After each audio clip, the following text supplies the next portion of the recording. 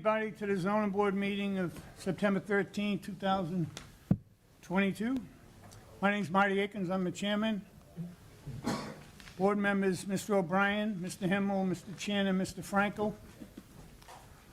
Mr. Conlon is here for inspectional services.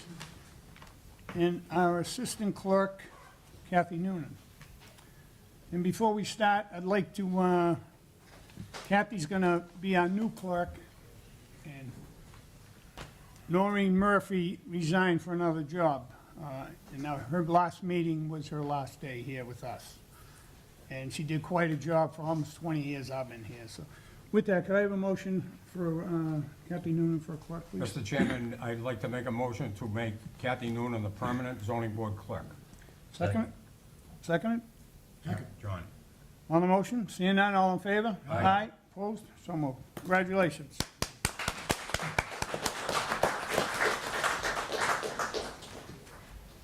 Under old business tonight, ZBA 2171, Attorney Patrick Foley for variances, demolish the existing single-family home, build a new two-family home style on the premise of number 49 Shea Street.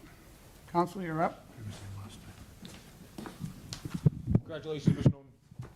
Yeah, hope you're here 20 years. Good evening, Mr. Chairman, members of the board. My name is Patrick Foley, and I'm here representing 49 Shea Street tonight. I'm joined here tonight by Dave Rose, who's our architect for the project. We were before you about 2 weeks ago. We gave our presentation, and the landlord next door wrote a letter, asking us to come back tonight and re-present, and we vote on it tonight, so here we are. I just want to hit home on a couple points that I made 2 weeks ago about all the changes that we did make to the project after our community meeting about a year ago. And the reason it took us a year to have, because we kicked around 6, 7 different drawings internally to try to get this thing right or to work with what the neighbors wanted. So what we did change was the rear setback went from 14 feet to 21 feet. The building footprint, we shrunk that from 0.75 to 0.69. The building height was reduced a foot. The raised deck in the backyard we got rid of, we made it a patio at ground level. The building has sloped roofs now, which actually fit more with the neighborhood. We got rid of that whole boxy look that we had originally. I know this was not a popular one with the neighborhood, but the 550 square foot roof deck, we got rid of that. That was open air. We cut that in half. We made it 235 square feet, and we enclosed the whole thing. I just also want to address too, there was a sketch floating around online, and Dave's going to talk about it a little bit more, that kind of distorted what the applicant is looking to do here tonight. I'll let him discuss that and also kind of walk through some of the plans as well. Thank you. Thank you, Counsel. Name and address for the record, please. David Rose, 2262 Queensway, Naples, Florida. Thank you.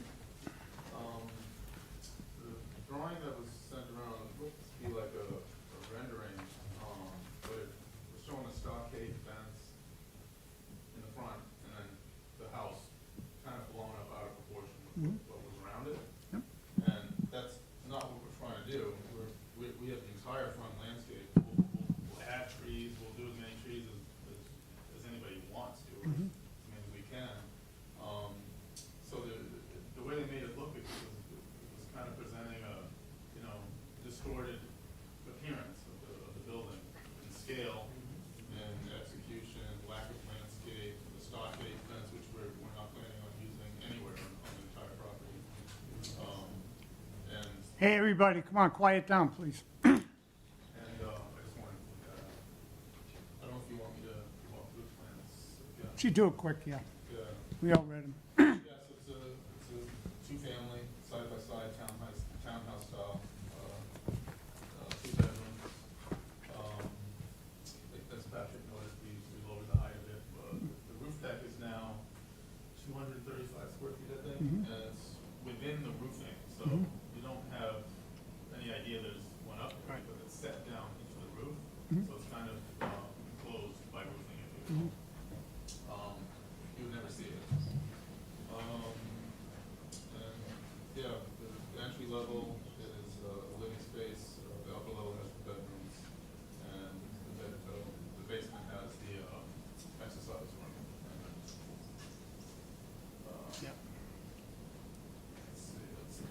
first floor. That's a floor to the first floor, Yeah. showing the living space and the bathroom.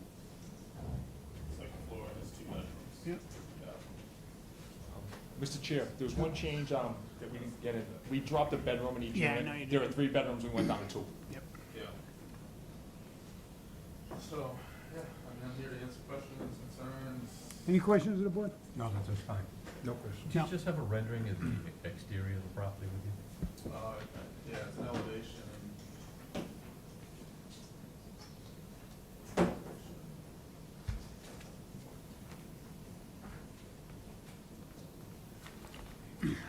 And what's the height now?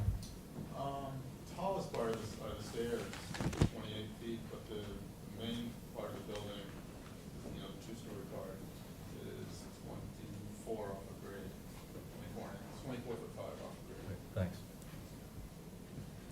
You can never see council. And the house is vacant right now, it's gonna be owner occupied. On both of those units owners? On both of the units owners?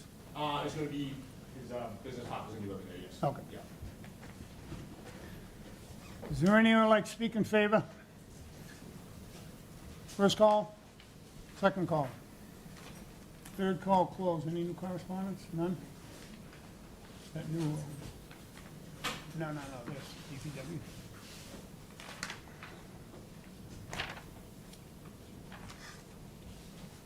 Marty Akins, Chairman, Zoning Board of Appeals from Chung Sang, Civil Engineer, Senior.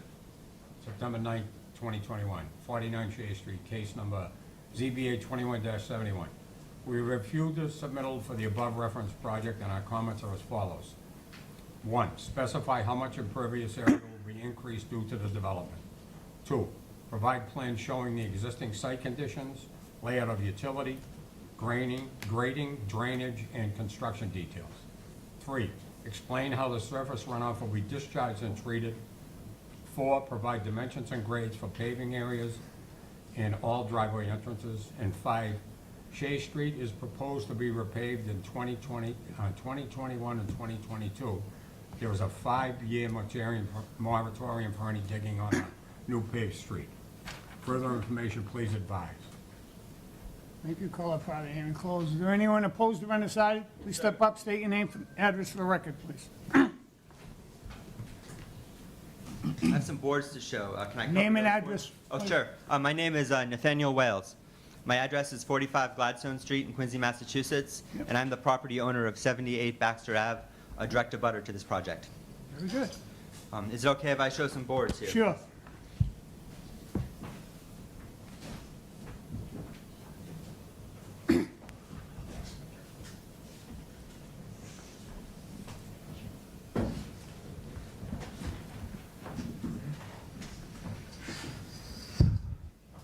I'm here before the board to state my opposition to the plans submitted by the developer, Quincy OZ Properties 1 LLC, a company whose certificate of origin states that it is for, quote, the purposes of real estate investment, and the owner of which is the main signatory on at least 6 other real estate investment LLCs.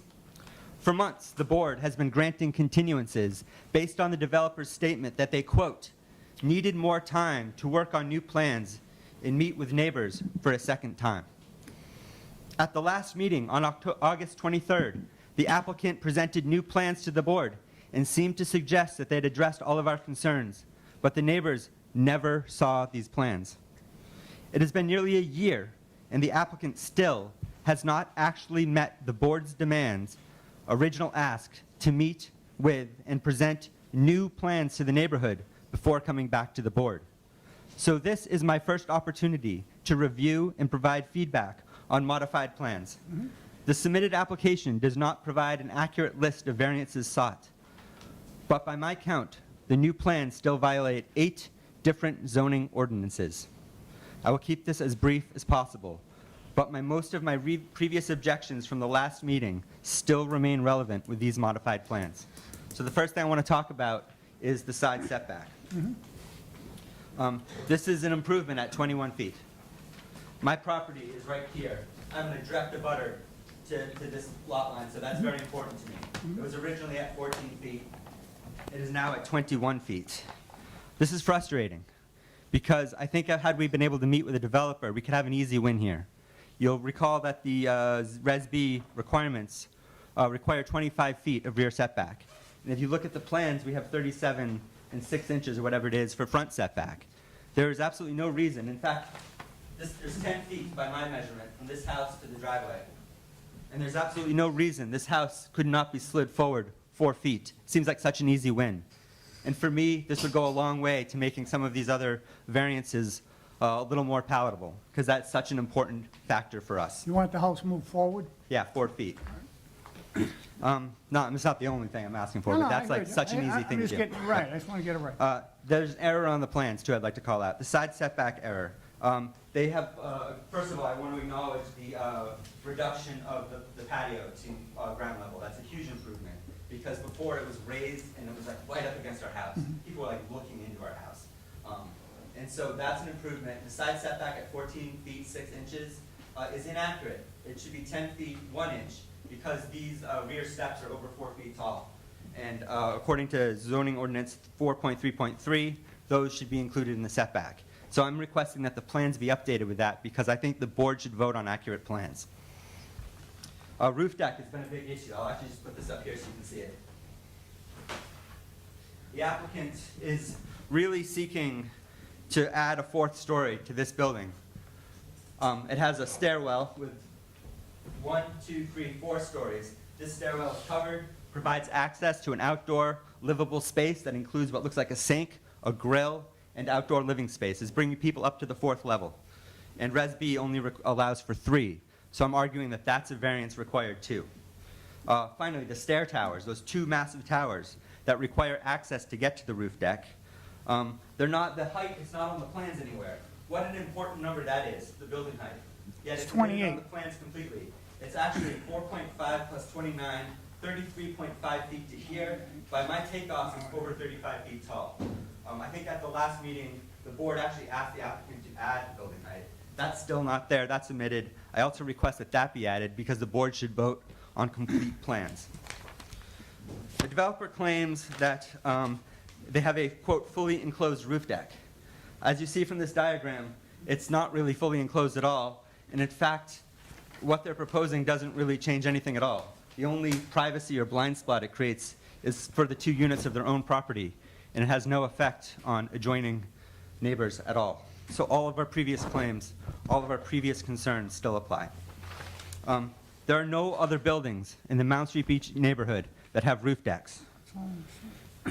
This would be a very bad precedent for the Mount Street Beach neighborhood and residential Quincy neighborhoods all over. Would every building, if a board approves this, now come before the board include a roof deck design? And if so, would the board approve all of those? I've spoken with a lot of my neighbors, and this roof deck is a big concern, and they all share one common sentiment that really boils down to, we don't want this to turn into South Boston. My next point is about the driveway. Go.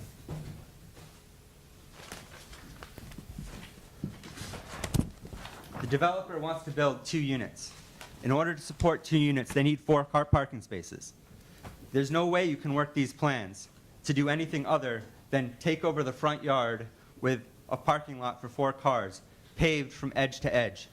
And this is way out of line with the zoning variance, or the zoning ordinance 5.1.4, which says for residence B, it cannot be greater than 20 feet wide, and it must be set back 3 feet on each side. This requested variance is not in the application anywhere that I can see. This is an eyesore that would change the entire character of this neighborhood. It would create one big, expansive driveway front connected across 3 lots. It would extend for 125 feet and consume 60% of Shea Street between Silver Street and Baxter Ave. It would cut down 1 mature tree, a city shade tree, and rip up a brand new city sidewalk. I have 2 major safety concerns here that I think need to be addressed. First, this is a family neighborhood with lots of foot traffic, kids riding bikes, people walking their pets, people going down to the beach, and they would now encounter an unbroken wall of fenders and the hazards of cars pulling in and out between tight spaces without a lot of visibility into a busy street. Second, this is very important, I believe, access to the building. is entirely through that driveway. You have a fence on each side. And the plans show 4 cars. I've measured them. They're all 73 inches wide. These are old cars. They don't even have side view mirrors. They're not the same as larger modern cars, SUVs, trucks, vans, that average out at about 82 inches. The impact of this utility pole is not properly addressed here. You'll see it right here. It's set in a few feet from that property line. The plans show it on a curb, but it's like right in the middle of the actual granite of the curb cut. And by the time you factor that in, you really have only about a, by my measurement, 39-foot width driveway to work with. So now you have if you put 4 new cars in there with more realistic widths, and you account for that driveway, the space between those cars, if they're perfectly parked, is about 2.5 feet. There's no bikes in the driveway, snow on the edges, people not parking perfectly. That's a safety hazard that concerns me.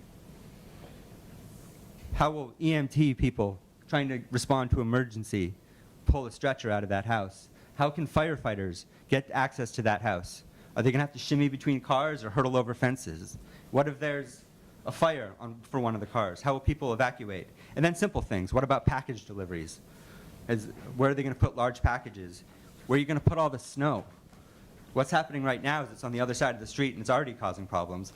Now there's going to be 4 more cars in another driveway with no place to put snow.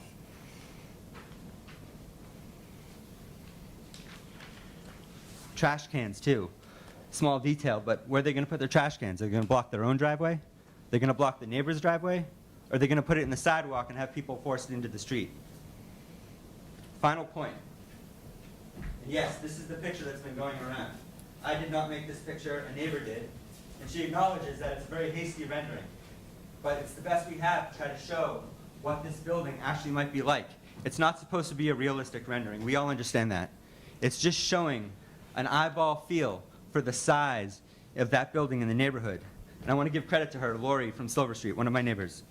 And this multi-family building is just too large in scale and placement and a design to fit in this neighborhood. They are requesting an FAR of 0.69.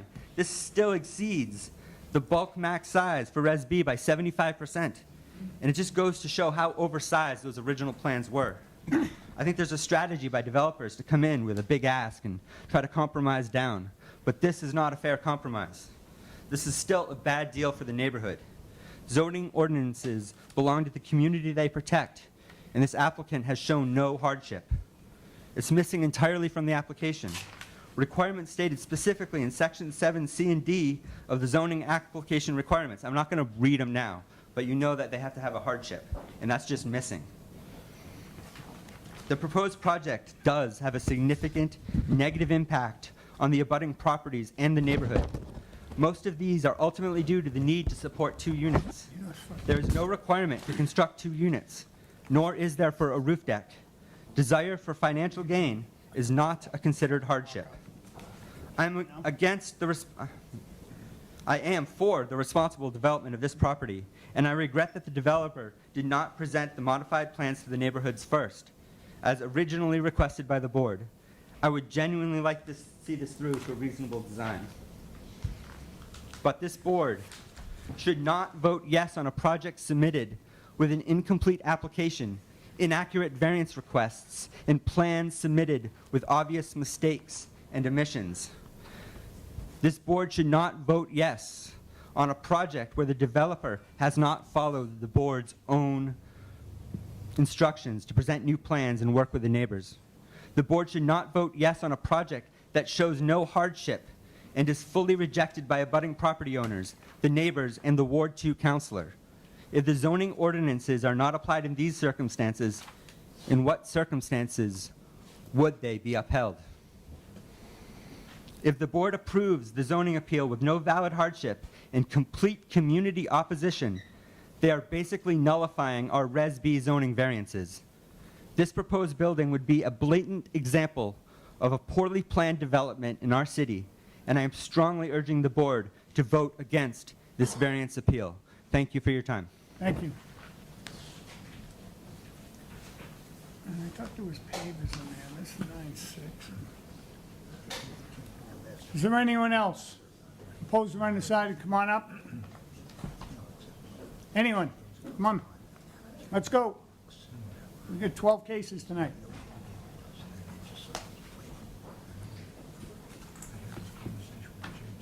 Name and address for the record, please. My name, can you all hear me? Yes. My name is Bill Larrea. I live at 802 Southern Artery. My family has lived in this neighborhood for well over a century, and I want to applaud my neighbor for giving an excellent presentation about this project. This project does not deserve to be in our neighborhood. It's a postage stamp lot. It's very small. Now, as far as architecture and all of that, that's not me. I'm a retired firefighter, and what he told you is correct. When you have 4 cars, a garage, if there's a fire in that building, everything has to be U-hauled, hose, ladders. It's made inaccessible. That had to be taken into consideration. And so I just hope that you realize that this project should not be in there at all. Thank you. Thank you, Ms. Ware. Is there anyone else opposed or undecided? Please step forward. Name and address for the record, please. My name is Michelle Connolly, 32 Wampatuck Road. Good evening, members of the Zoning Board of Appeals and members of the audience. Thank you for coming out tonight. I am definitely in opposition of the development plans for 49 Shea Street.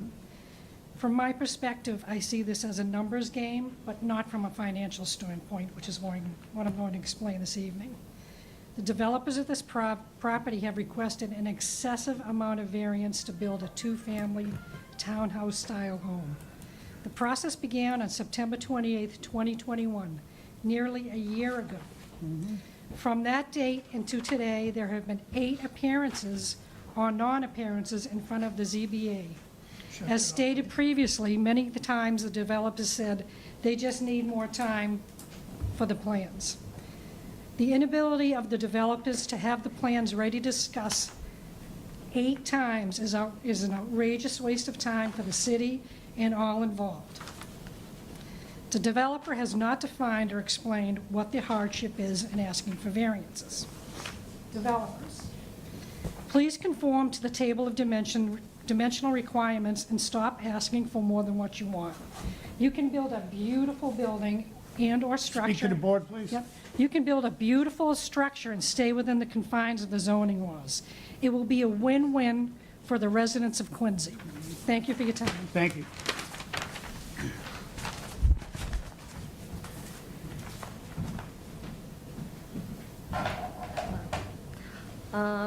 I'm Emily Pan, 80 Baxter. Thank you to the board and everyone in attendance for your time. And I'm here to voice my opposition toward the construction proposal regarding 49 Shea. So firstly, I would urge you to remember what makes Quincy, Massachusetts special.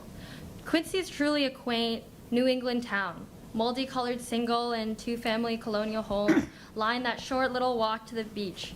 The area around my home is truly a haven for us families that desire a quieter life, away from but not completely removed from the bustle of Boston City proper. When my family purchased our home, I was still in middle school. I had dreams of being a city girl, but after a few years living in Los Angeles, I yearned for the serenity of home. When I remembered home, it was home in Quincy.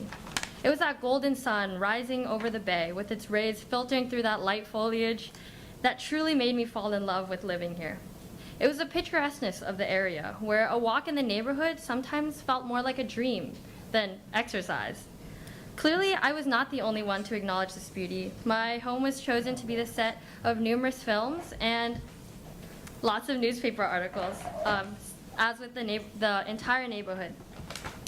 And this home is where I see myself in a decade or more, and hopefully one day growing a family and retiring just as those families before me. These words really shouldn't be taken lightly, especially from me. At my young age, it's nearly impossible to say anything about the future, but something about this feels so incredibly certain. This new multifamily building would hurt our local community in 3 primary ways. Firstly, us, the neighbors of this building proposition, were not aware of these modified plans. It was only until another property owner informed us of this unforeseen change. This action sets the precedence that the community in this area is not important to those who proposed this construction.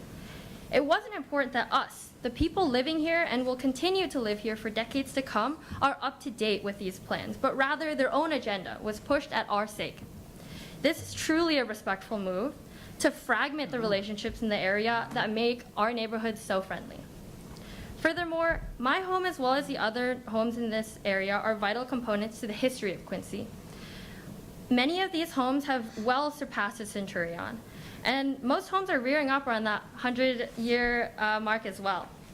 In this neighborhood, numerous films, important people, events have occurred here. The coastal New Englandness is truly a hallmark of this area.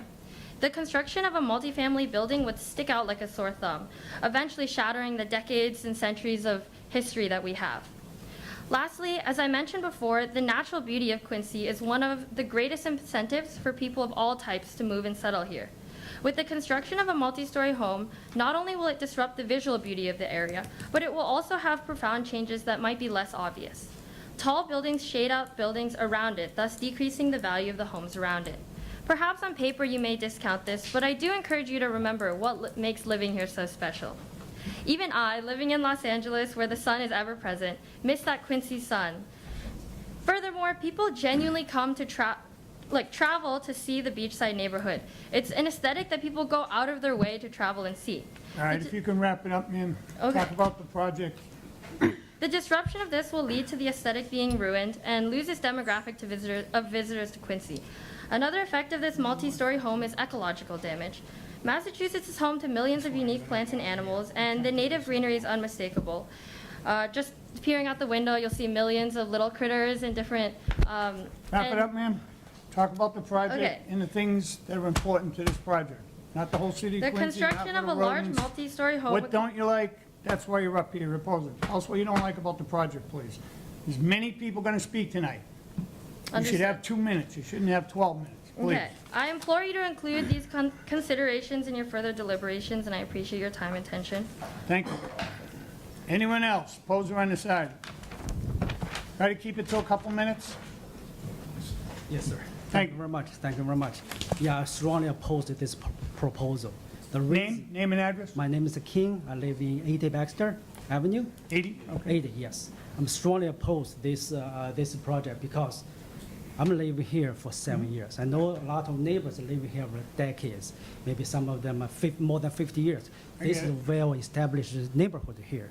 So all the properties, houses are similar, like we have a big yard, we have a small houses, but this one comes here, doesn't fit this culture here. This is a unique culture here, and also this will create a lot of hazard, like safety hazard, because I know this neighbor very well, so people walk with the kids, walk with dogs, and so this is really crowded.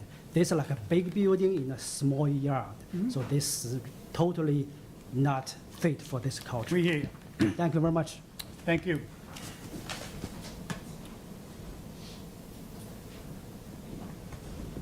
Good evening. Good evening. Richard Ash, property owner for 12 and 14 Mound Street. I'm also an attorney and the president of the Ward 2 Civic Association. I will keep this short. While I would love to see some development on Chase Street, I know that house has been vacant for a while. It's overgrown. I know I've talked to a lot of my neighbors. We would certainly appreciate a renoed or revamped single family. 2 family seems too big of a footprint for this. And if we are going to consider a 2-family, I would at least ask to concede completely on the roof deck and look at better plans for parking. Thank Very you. good, thank you.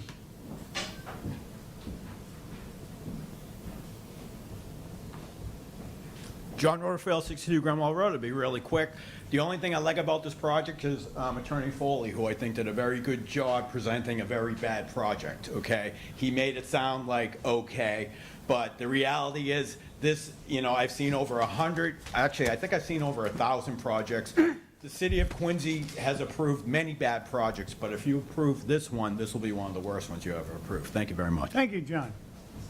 Anyone else? Pose or undecided? Counsel?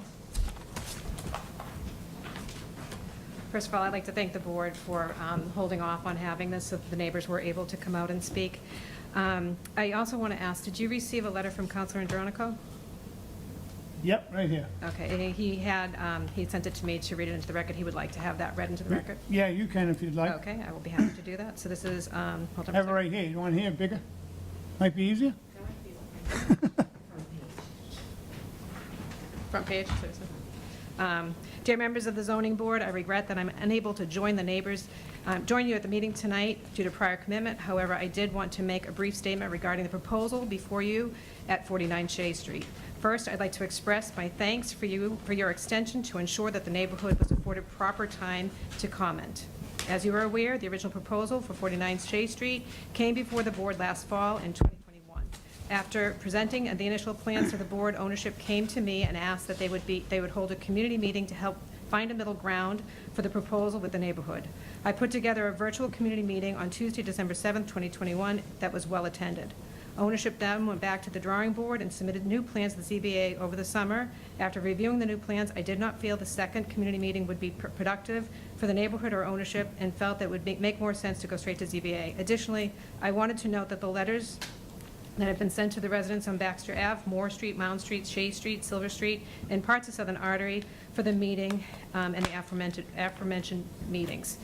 In any case, I would like to make this clear that I'm 100% against this project. To date, I have received more than a dozen written correspondence, not including the petition with 30 names of local residents on it, opposed to the development, with only one in favor. To summarize and echo the sentiments of those who have written and opposed for this project. The development itself is too large for a lot, and the proposal still includes a roof deck, even though the neighborhood made it explicitly clear that this ran counter to the community values, and the proposal still does not fit within the character of the neighborhood.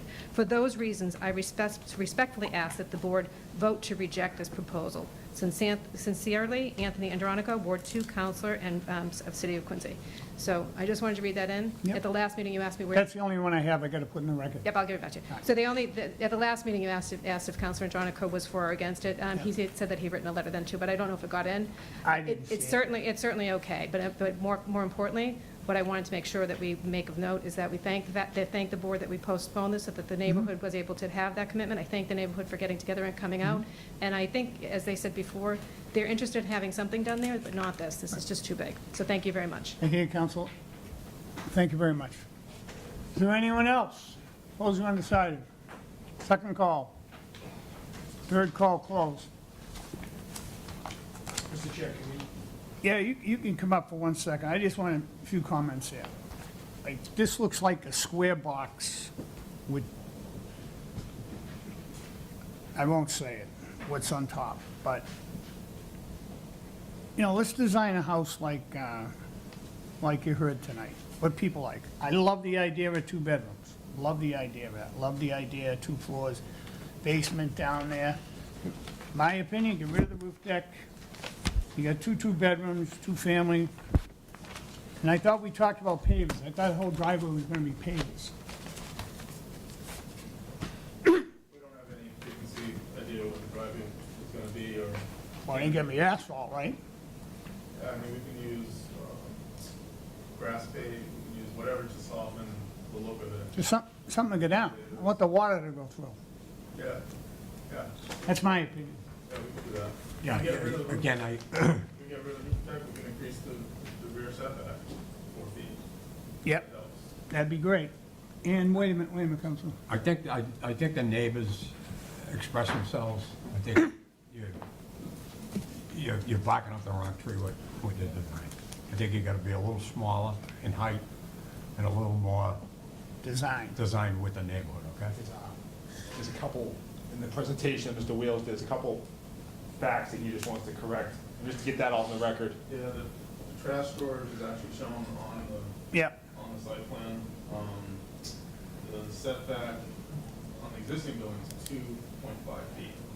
And the proposed building, although he pointed out that it should be to the stair, it would still be 4 times the existing setback is. right. So it's 10 feet. drastically improving it.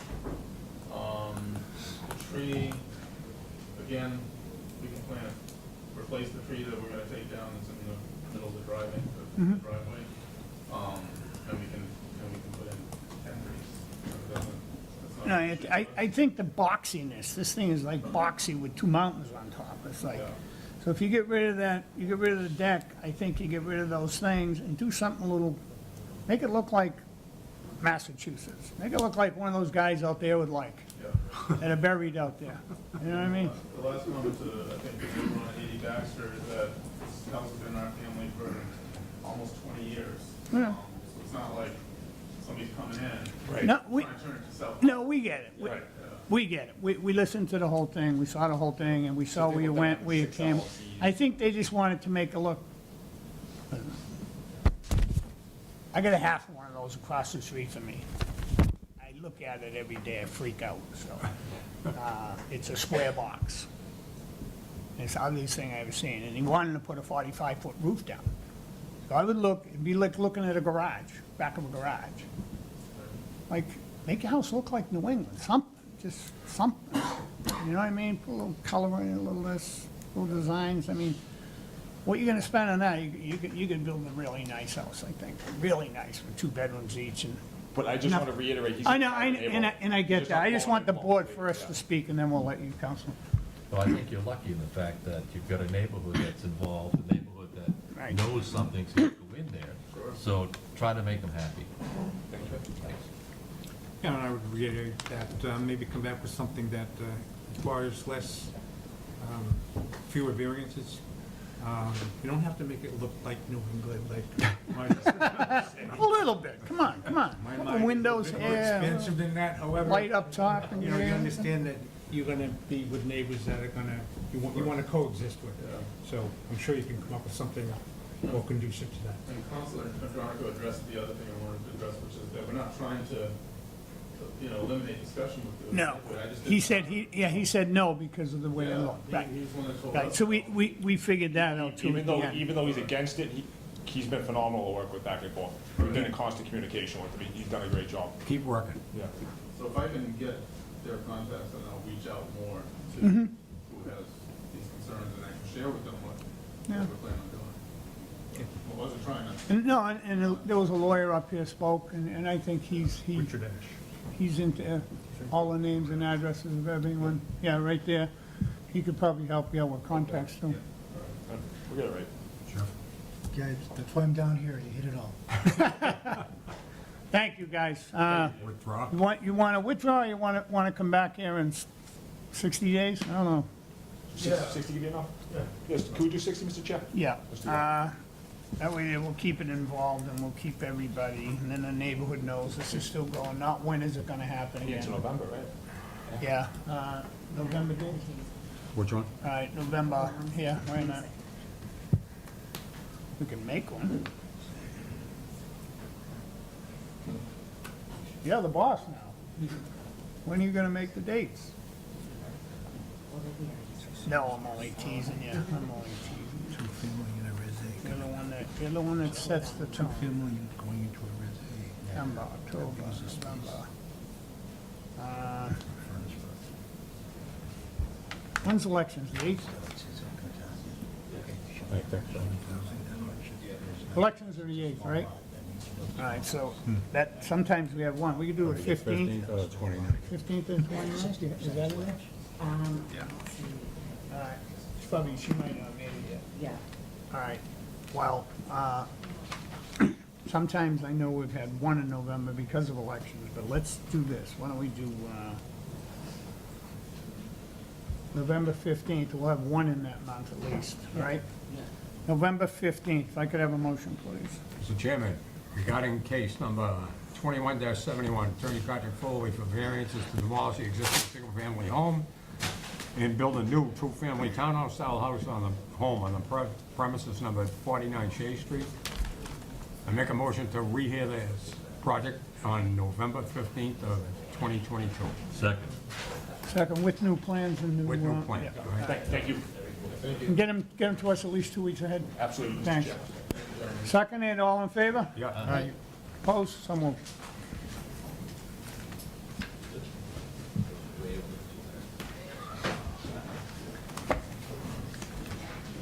Further on to tonight's old business, ZBA 22-8, C Street Properties LLC for variance special permit, floodplain special permit to remove the commercial structure and build a 4-unit residential building with parking on the premise number 1092 C Street. Is the applicant a representative here? Counsel. Thank you, Mr. Chairman, members of the board. For the record, my name is Edward Fleming. I'm here on behalf of C Street Properties LLC and also Irvis Topali, its manager. Irvis is actually joining us online because he lives in LA, but I believe his father may be here tonight. As you indicated, the property's at 1092 C Street. It's presently a commercial building.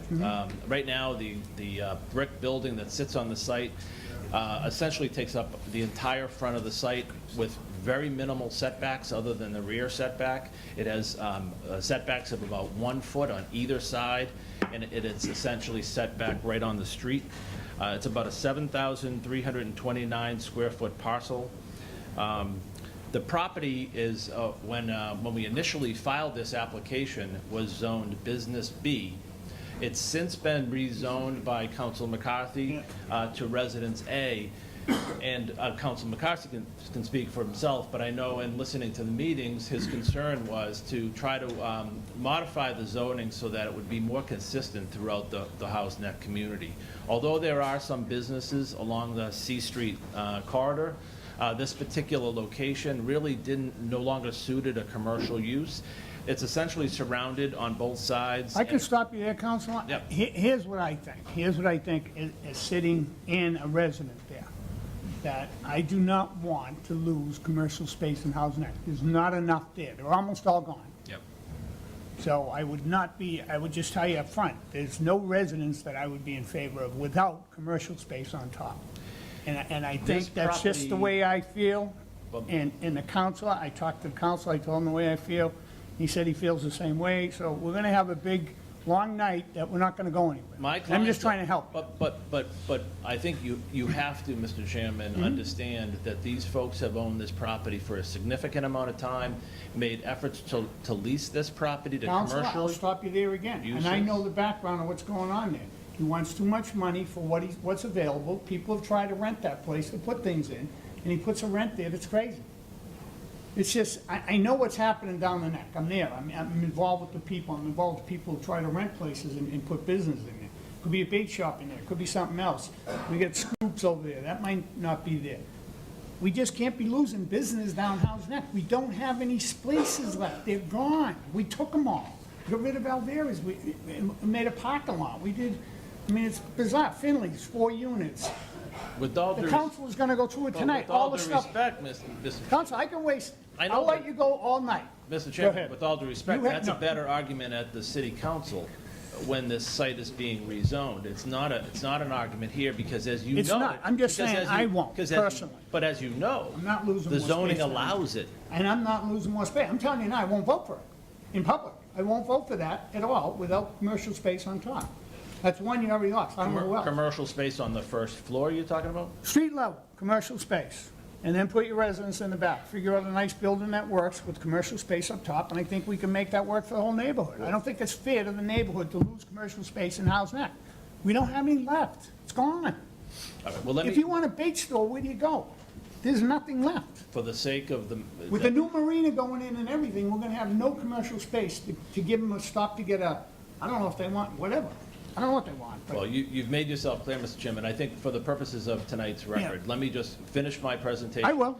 Let me allow Mr. Sure. Donahue, who's I with me get it. tonight, to present the plans, and if your other board members also join in your concern Mm-hmm. about the loss of commercial space, although the zoning allows it, I hear mind it. you, then we'll take that back to the owners and have Right. that discussion.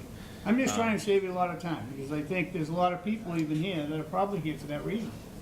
I don't know. Well, I You're know up. there was a letter made of the record from the folk, the woman that owns, I believe, the How Many Scoops, or How's Many Scoops. I read that letter. I understand she has the same position that you do, Mr. Chairman, that she doesn't want to lose commercial space in the neck. The reality is, however, it's already been rezoned to residential, so it's likely that many of those users are going to seek to rezone these to residential use, if the buildings don't support a commercial use at the site. And not all of them do support a commercial site, use of the site, just because they're zoned that way. I mean, there's been other properties out at House Neck that have been occupied for a significant amount of time, whether it's bars or restaurants or other users. But having said that, I'll turn this over to Mr. Donahue in a second, but this applicant is essentially seeking to remove the existing commercial building, which, as I said, is completely non-conforming, has no setbacks. My understanding is that my client has spoken with the owners across the street and that abut it, and are quite favorable towards a residential redevelopment of the site, which is different than your position, Mr. Chairman. And he's then seeking to redevelop this property for a 4-unit commercial building. I won't go into the details. I'll let Mr. Donahue talk about those details. But as I said, when we applied for this was zoned Business B. We therefore requested a special permit to allow the residential use. And again, I believe that we satisfy all of the special permit requirements here. In fact, we're improving the conditions by making it set back further from the residential neighbors, where we have parking for 9 vehicles in the rear of the site. This actually, the only thing that this is seeking variances for is essentially a continuation of the variances that exist today. And we're actually improving upon that by increasing the front setback from 0 to 7.9 feet, and the right side setback to 8.6 and 10 feet respectively. So we're pulling this off the sides and making it a better overall building for the neighborhood. We did speak with Councilor McCarthy, and as I indicated, my client, as he told me, spoke with the neighbors, and I believe a couple of the neighbors were here last meeting to speak in favor of this proposal. We're sympathetic to the business community. I understand your concerns about the business community and the use there, but if the property doesn't work, and when I say work, Mr. Chairman, I mean work for the owner of the property, meaning it satisfies him that he has enough income coming into from this property to satisfy the expenses of the property, whether it be taxes, by the way, which are taxed commercially in the city of Quincy, which is much higher than residential tax. Exactly. And therefore, requires him to charge rent that's commensurate with that. The ice cream restaurant wasn't supporting the taxes and the insurance costs on this building and the maintenance costs on this building. It's an old building, it needs maintenance. And so therefore he has to charge appropriate rent. And if people are down in House Neck who are seeking to utilize this as a commercial use can't afford to pay the rent that he's seeking, and he therefore cannot rent the property, then this is a proposal that I think needs to be considered by the board. To force somebody to continue a commercial use of the site when the zoning allows him to do otherwise, I think is an unfair burden to place on the owner. But having said that, I'm going to turn this over to Mr. Donahue and to just kind of go through the building. Thank you. Mr. Chairman, members of the board, Brian Donahue, Donahue Architects here in Quincy at 21 McGrath Highway. A little bit taken back by what's been said so far, because originally when we were approached by the owner, Mr. DiPaoli, the wish was that we could save the existing building and build residential above it, while converting it all to residential, not keeping residential.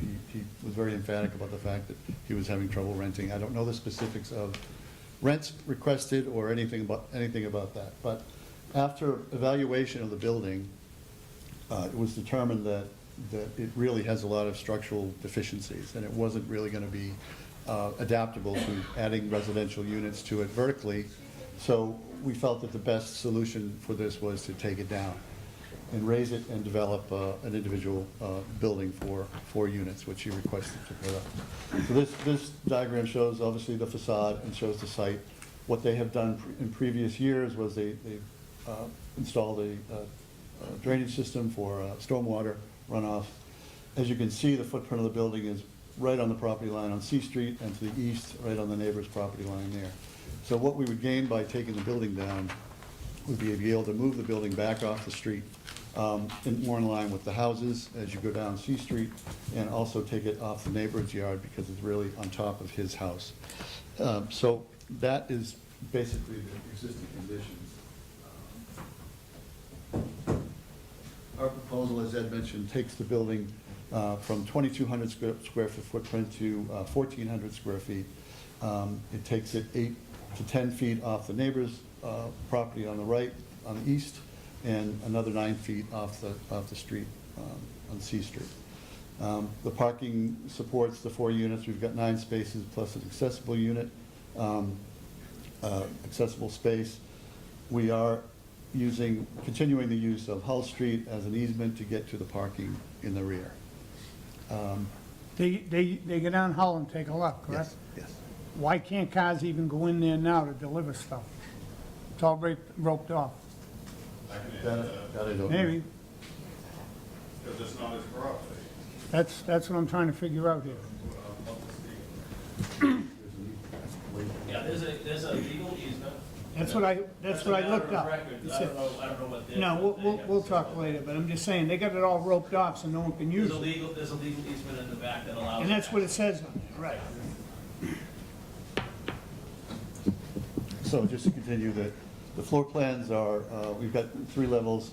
Again, what has allowed us to do by taking the building down, right now the lower level in the building is above grade. So by taking it down, we can bring the grade down for the lower level unit off the parking to be an accessible unit. So we have a common entryway off the back. The 2 units on the street level are entered from the street, and they can also enter through a stair hall in the middle of the building to get up. So the basic program is ground floor, 1 unit, 2 units on the street level, and 1 unit on the second floor.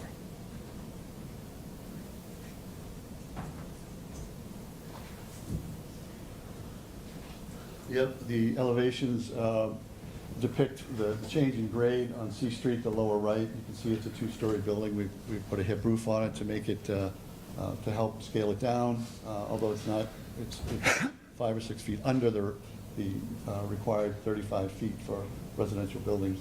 So we've tried to add some character.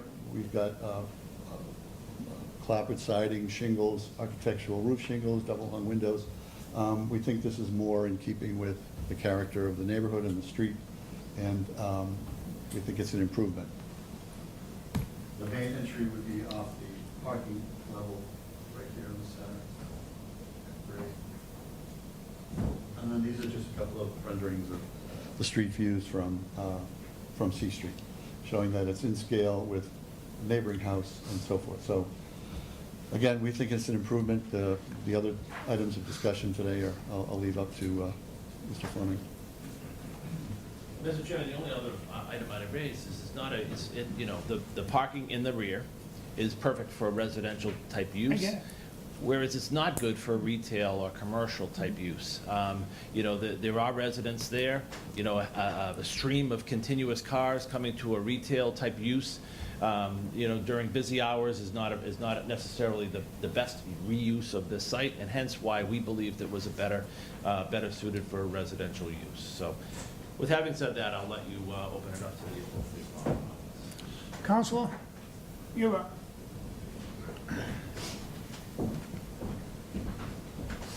Dave McCarthy, Ward 1 Councilor, 48 Whitney Road. This is kind of a pet peeve area for me, all the way down to the yacht club. Just for the record, that change that I pushed to try to go from Business B to Res A is still sitting in ordinance. I've wrestled with the planning board a little bit, planning department, talked to Mr. Duker a little bit. They were very hesitant to make moves in regards to changing the Business B. I had kind of kicked it back to a point where the thought was if someone was going to get out of a business down there and go residential, that Business B, to me, made things too big in that section. right there on C Street. It's very narrow. And I tried to push it back so that the boards would have a lot more control if someone came in there and bought a few parcels and tried to do something by right. I'm still gonna stay on this Business B thing a little bit to try to get it so that folks can still be able to go residential, still be able to go business, but not as high and not as wide, and try to keep it small because it's very narrow. So that's the first thing. That didn't go through. It's still sitting there, and we're still bantering it around.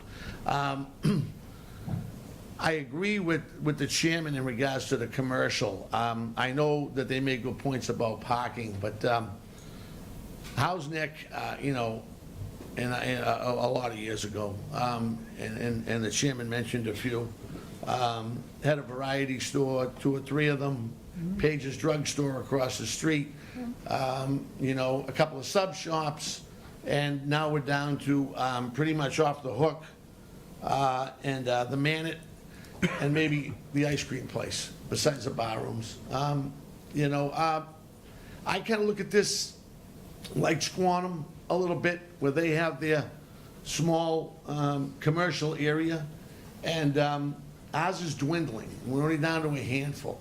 So my thoughts, and I know, I'd love them to go back to the drawing board, is that the building's always been the same building. It's not pretty at all.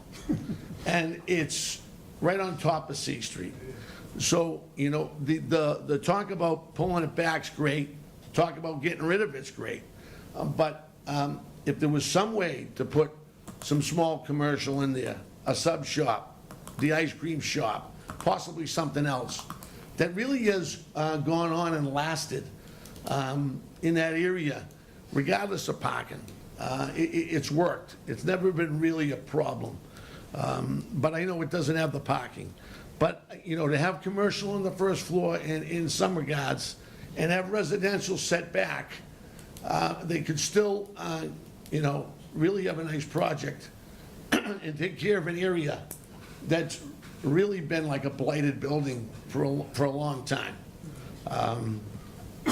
I'd love to see us go back to the drawing board and kick it around a little bit more. Possibly have suggestions with the neighbors, a little bit, some of the neighbors that are in the area. I know it's mostly right there on the Main Street and C Street, and there wasn't a lot of interest, but to keep that commercial option just a little down there, a little bit more, is a good thing for Housenick.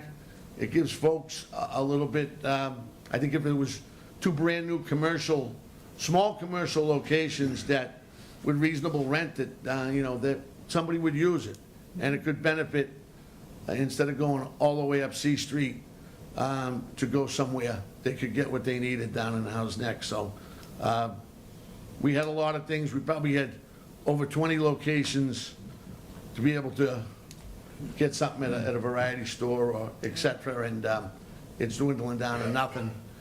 So I look at that at the same time.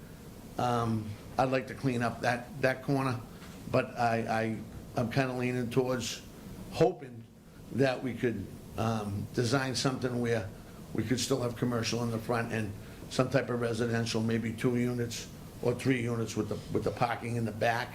Also, if the building was, and I'm looking at the drawing down here, moved a little bit to the left, a little bit more towards that next parcel, possibly there's a driveway that could be put in down the left and avoid that hole coming in that right of way off of Hull Street, right along this edge here, that possibly they could get down to. I see what you're saying. If they made that a little wider. It's just an alley now, but it's a good thought.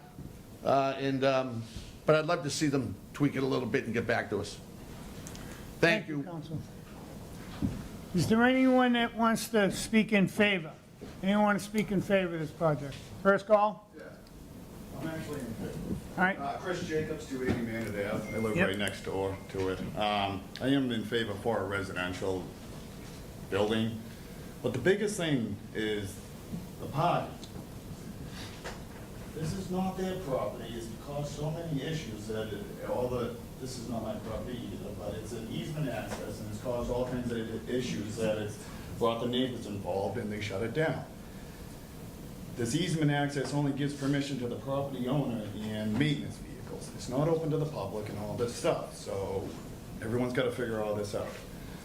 And there's not enough, everyone's got to look at this, there's not enough parking back there for 9 parking spaces.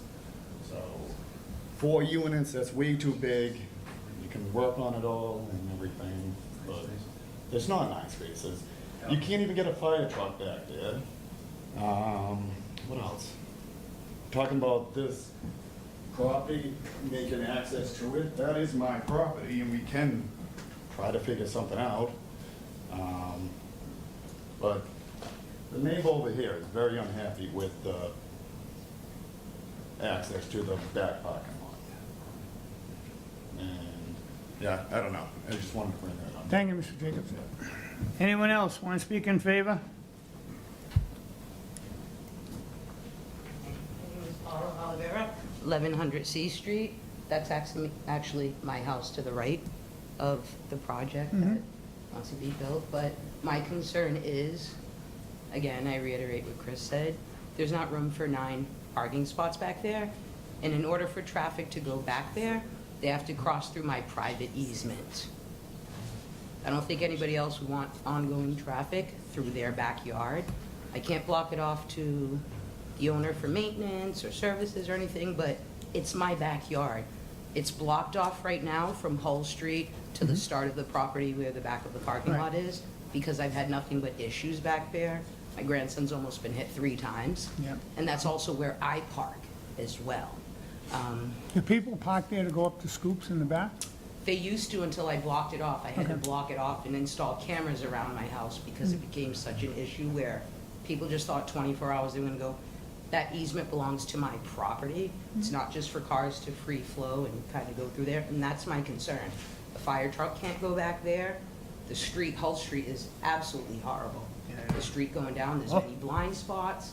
There's lots of kids ride up and down with bikes on Hull Street, and I don't want oncoming traffic just whenever they want going through that property, which is my property, the easement. hill, too. It's very steep, and like I said, my concern is a fire truck can't fit back there, and my concern is for the safety of my family. That's where I park. So I go down Hull Street, and I have to turn there to park into my backyard. So, I'm in favor for something being there, but not 9 cars parking back there and ongoing traffic, absolutely not. Because that's gonna cause an inconvenience to my family, and it's a safety issue back there for me. It's not a street you can just drive through and people walk through, but I've had to chain it off on both ends because I've had so many issues with parking, hitting my fence. My grandson's almost been hit 3 times back there. Cars are flying down, and there's lots of blind spots going in and out of Hull Street. So, those are my concerns. Thank you. Thank you. Anyone else? Speak in favor. Second call? Third call? Call up out of hearing closed. Correspondence? We have a big letter for you. Martin Aiken, Chairman of the Zoning Board of Appeals, from the Chief Civil Engineer, DPW.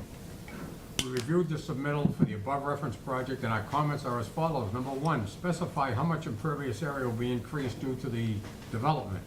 2, provide plans showing the existing site conditions, layout of utility, grading, drainage, and construction details. The flood zone line and erosion control measures should also be delineated. Explain how the surface runoff will be discharged and treated. Install survey monuments to delineate the public right-of-way. These monuments shall be set by a professional land surveyor. 5, provide dimensions and grades for paving area and all driveway entrances. 6, the existing lot/parcels should be consolidated into one lot/parcel for the development. The consolidation plan shall be recorded at the Registry of Deeds, Norfolk County. All proposed buildings should have house numbers assigned by the Engineering Division, DPW, before any building permit can be issued. 7, confirm whether the existing easement for the access and utility can be used for the new development. The applicant should provide documents showing that they have the rights to develop the access road. Provide plans on the conditions of the private road. 8, This section of C Street was repaved in 2019. There is a 5-year moratorium for any digging on a new paved street. Number 9, upon completion of the project, as-built plans showing all utilities and building footprints need to be submitted along with a digital file. If further information is required, please advise. Call that part of hearing closed. Is there anyone opposed or undecided? Step forward, state your name and address for record, please. Hey, yes, my name is David Jacobs, no relation to the gentleman who just up here a second ago. I live at 11 Dunn's Court in Quincy, but I'm the property owner at 10 Charles Street, which is 2 lots away from this parcel, if you go across C Street. I'm here to, I'm kind of undecided about it. On one hand, I think it's a great idea because the building that's there is kind of old. But I have a lot of concern about the main floor.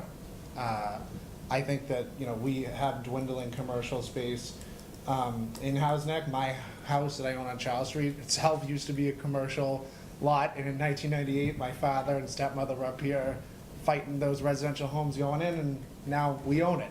So those things happen. But my main concern really about the main floor is that the 2 units, they're too small.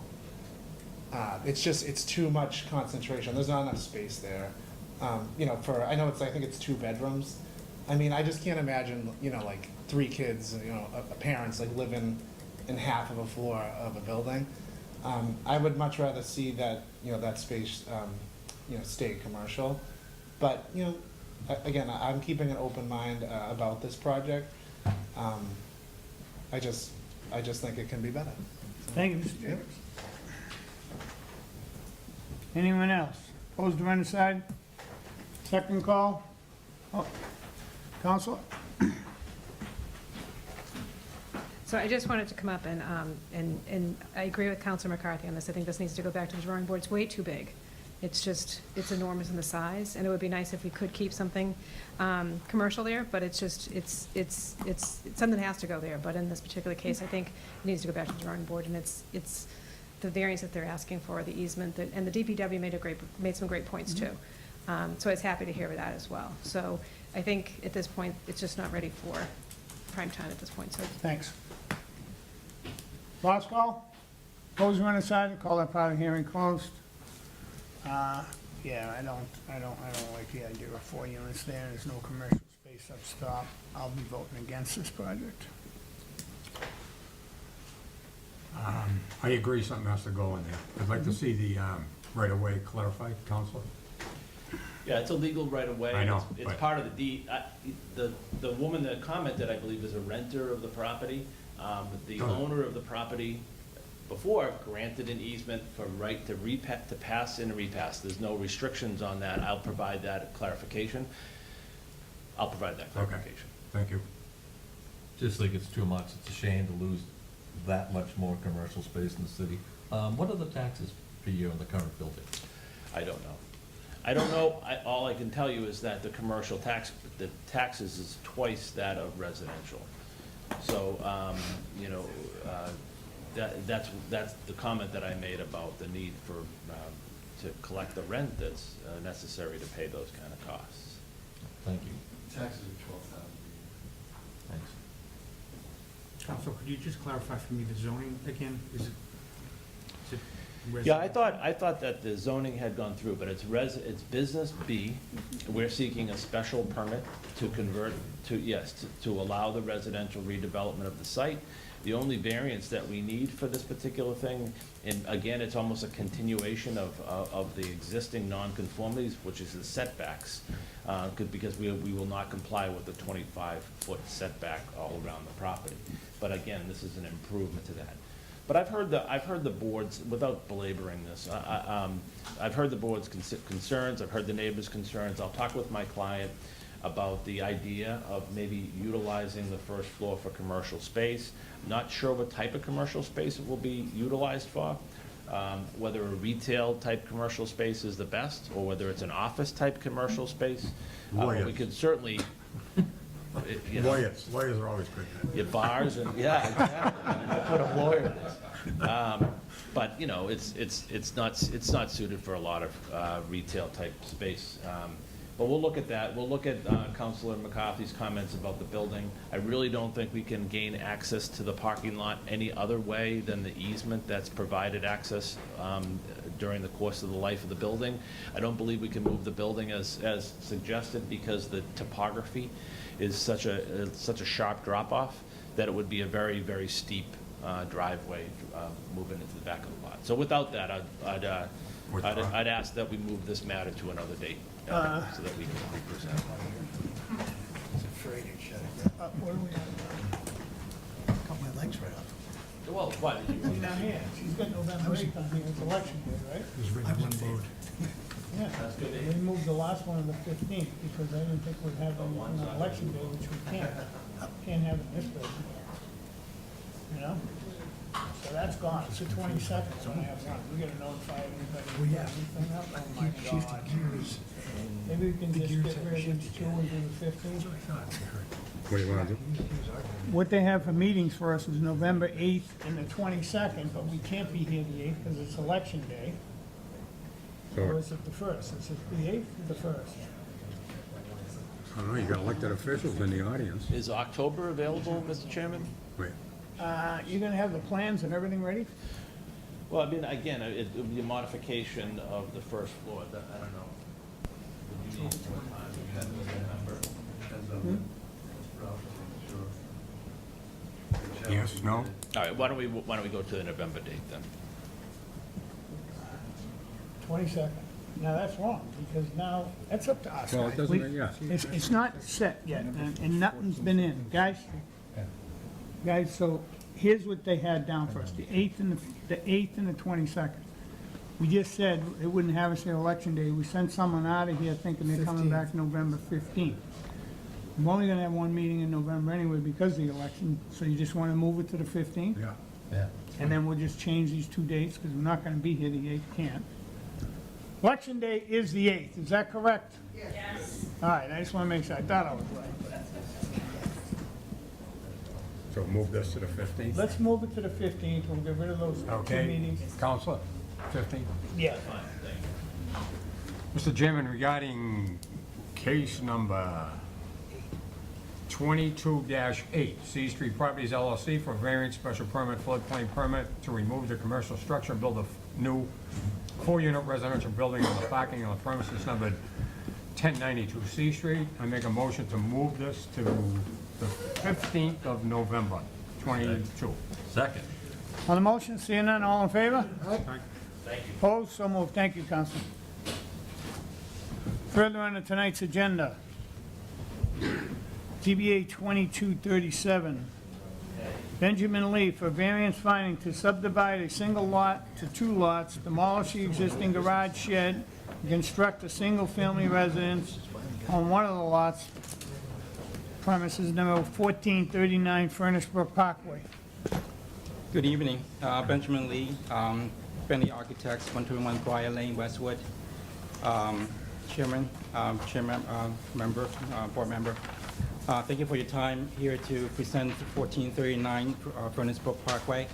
The owner is proposing to subdivide the existing lot into two and demolish the existing garage that's facing Ashland, and then construct a new single-family facing Ashland.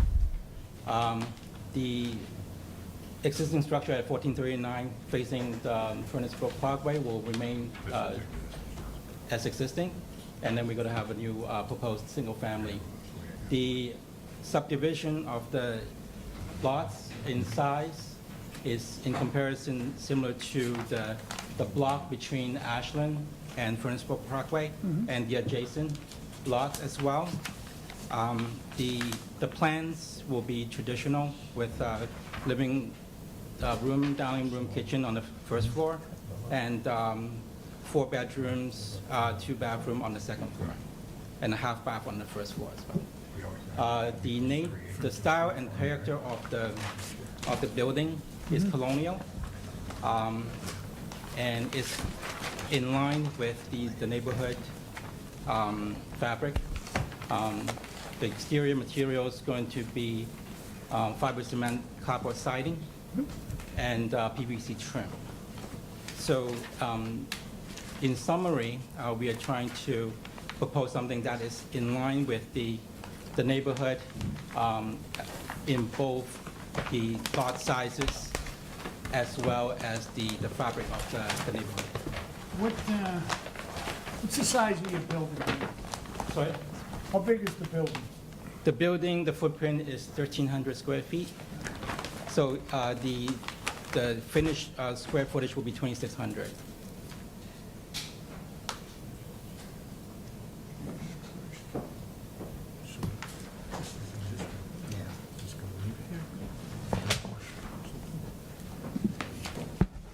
So that shows the front elevation in colonial style and character. How come the garage is in such disrepair and still even there? Someone could get killed in that building if it fell. That, I don't know how to answer that. I mean, like, that's the owner's decision in terms of how to maintain the garage.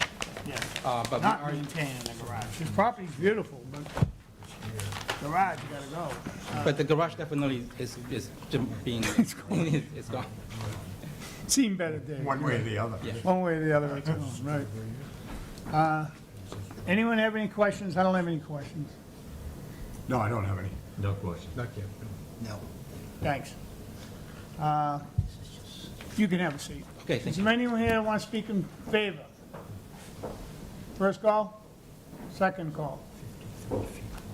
Third call? All that closed. I have a letter here from the DPW, read into the record. Every case of DPW last night, did you notice that? Because Brian's not here.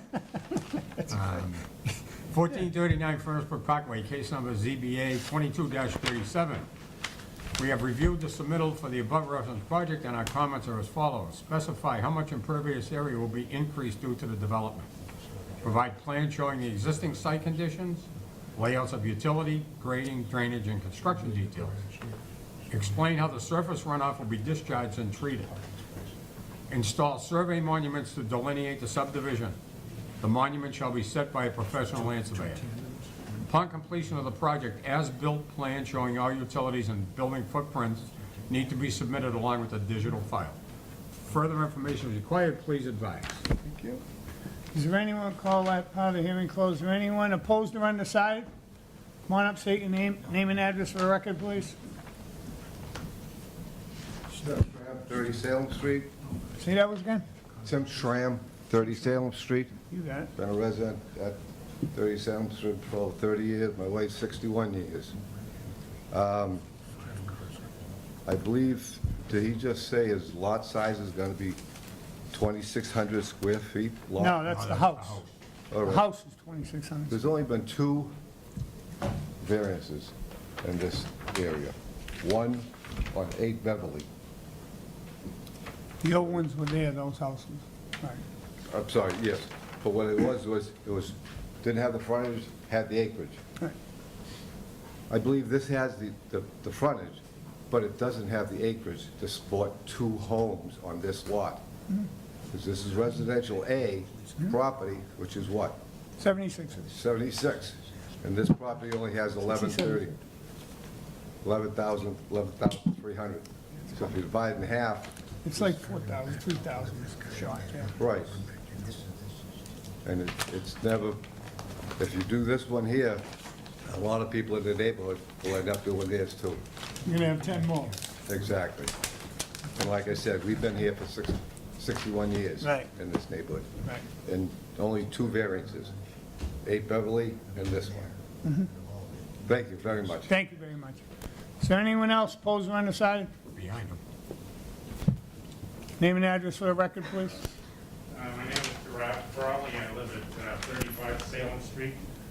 I've been a resident up in that neighborhood about 60 years, and I just feel strongly that it's a Residence A neighborhood.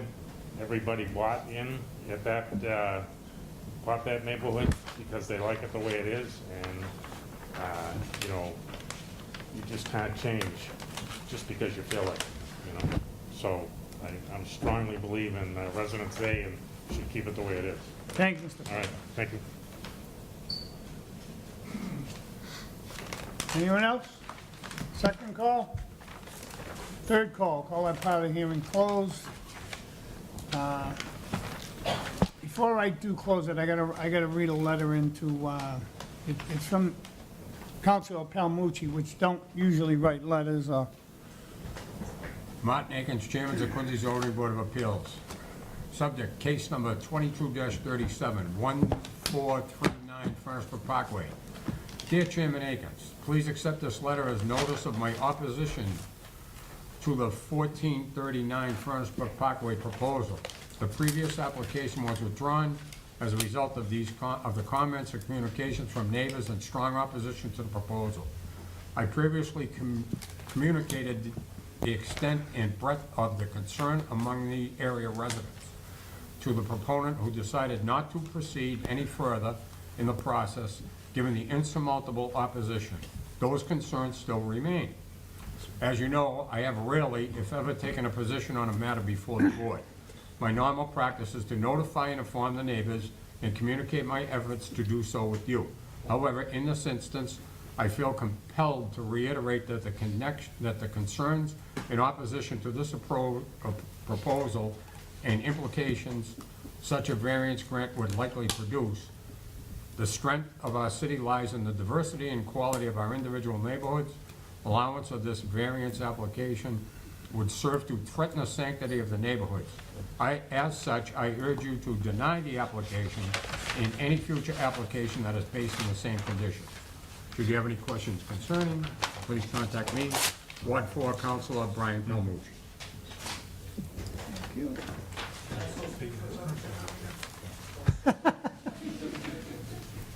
John, since you're such a good cameraman, go ahead, buddy.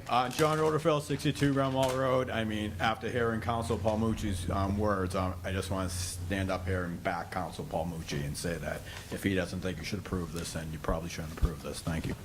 Thank you. All that part of the hearing closed. You know, it's a beautiful piece of property, and I know what the applicant's trying to do. There was one on the right and there's one on the left.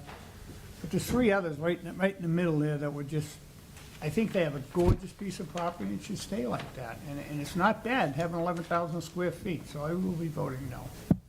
Likewise, I think I have a hard time creating Hardships. illegal lots, so I'll be voting again. Yeah, and it doesn't sit well with me when you create your own hardship and then ask for relief of it. I'll be voting negative as well. I echo those sentiments. I'm also concerned about the layout of the plans and the parking, particularly the 5 spaces fronting on Furnace Brook and how you get those cars to back out of the driveway onto Furnace Brook Parkway without creating a significant possible, you know, There's a two-family on the other safety lot. safety There's a issue. two-family on the other lot. And I'm not a fan of changing zone, Res A to this. Thank you. Agreed, the new house looks peculiarly small, which ordinarily I wouldn't have a problem with, but tells me that the lot is too small to handle the two properties. It's a pretty area, and yeah, the parking just jumps out at me as being, A, taking up too much room, killing green space on Ashland, and B, that's just a trip for the fire department weekly. Want to come up? If you step forward, please.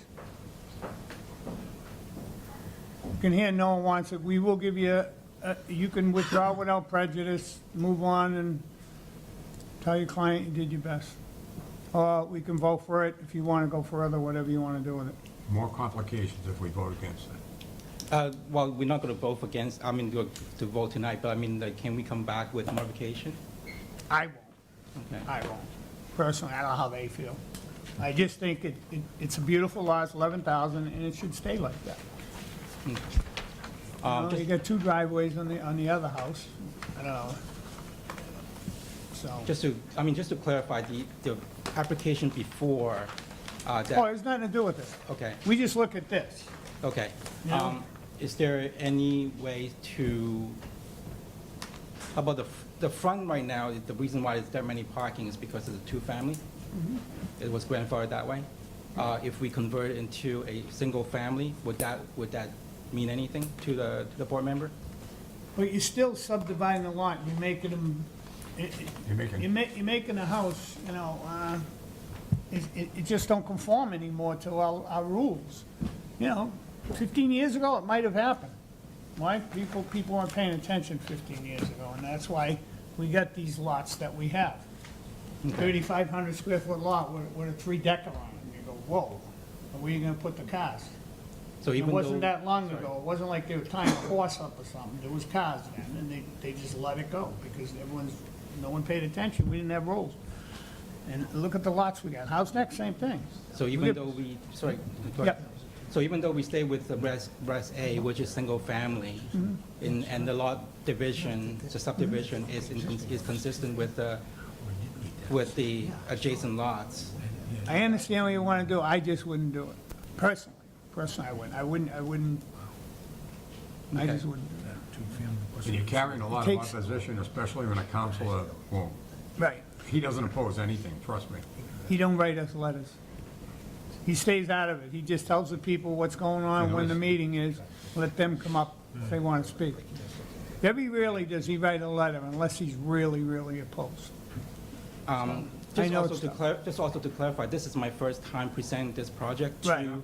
to the committee. Right. And I did contact Mr. Palmucci on April 25th, and Okay. I got an email respond back, but I never got a chance to talk to the neighbor Yeah. in terms of hearing their concerns. Right. We have two opposition today, but there's something that I could have addressed Yeah. if I had the opportunity to talk to Right. the neighbor and modify the plans as we speak. It's just not one neighbor. We heard a couple neighbors. A lot of people didn't speak against that. Okay. I mean, if there was a couple people. You know? It wasn't like there was 20 people in your neighborhood all came down and said, no, it's just, we don't want to make a hardship on your front now for Understand. the reason, right. So can I talk to the owner before we do the withdrawal formally through writing, or do I have to do it right now? No, you have to do it now. I mean, if you want to make a phone call, I'll call you back up. The owner is right here. I don't know. Oh, all right, why don't we take a rest, 5 minutes? Take a 5-minute break and then we'll come right back. Stretch your legs.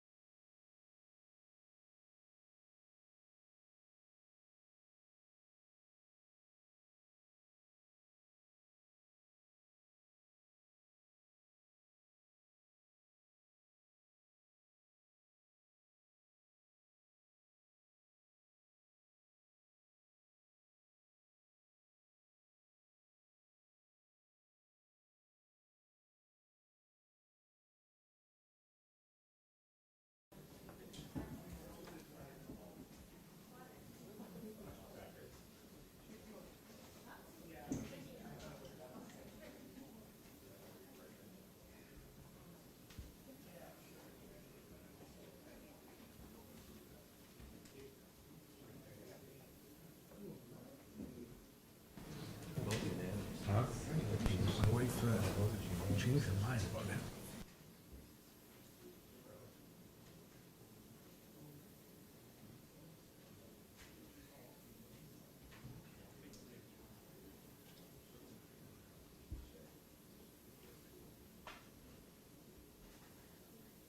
Sorry.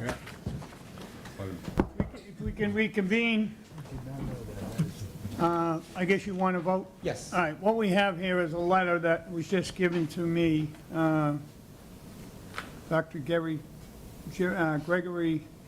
Catapodis, and he wants this in the record for his appeal, and it's about the letter the counselor wrote. And it's 3 pages, and it'll go in the record towards their appeal, but they want to vote so they can appeal, I guess, or whatever. However that's going to work, it's up to them. Can we have a vote, please, in that case? Mr. Chairman, regarding case 22-37, Benjamin Lee for a variance finding to subdivide the lot, a single lot, into 2 lots, demolish the existing garage shed, and construct a single-family residence on 1 lot on a premises numbered 1439 Furnace Brook Parkway. I make a motion to deny the requested variances and findings. Second. On the motion, seeing none, all in favor? Aye. Aye, opposed? So moved. Denied. All right, thank you very much. And the letter's in the record. You're welcome. Further on to tonight's old business, ZBA 2252, James Rudolph for an administrative appeal to revoke the permit for the premises 77 Ocean Ave. Is the applicant and the representative here? And before I even go there, if everyone could please take an oath that's going to speak tonight, we should have done that earlier. Anyone going to speak tonight, please stand and raise your right hand. If anyone's going to speak tonight. If you don't, you're not going to speak, unless you're a counsel or a lawyer, right? Here. Do you swear to tell the truth, the whole truth, and nothing but the truth in the matter now in hearing? Say yes. I do, yes. Thank you. Thank you, Mr. Chairman. Name and address for the record. Good evening, my name is Jocelyn Campbell, I'm an attorney, the law firm of Rudolph Friedman at 92 State Street, Boston, Mass. Okay, you have the floor, Ms. Cameron. Good evening, Mr. Chairman and members of the board. Again, my name is Jocelyn Campbell, I'm an attorney, and I'm here on an enforcement action tonight. And the action is being brought by James and Sheila LaFleur, who are residents at 73 Ocean Avenue. And the reason for this enforcement action is they're asking this board to sit in the shoes of the building inspector and to rescind the building permit that was issued, or a foundation-only permit that was issued for 77 Ocean Avenue here in Quincy.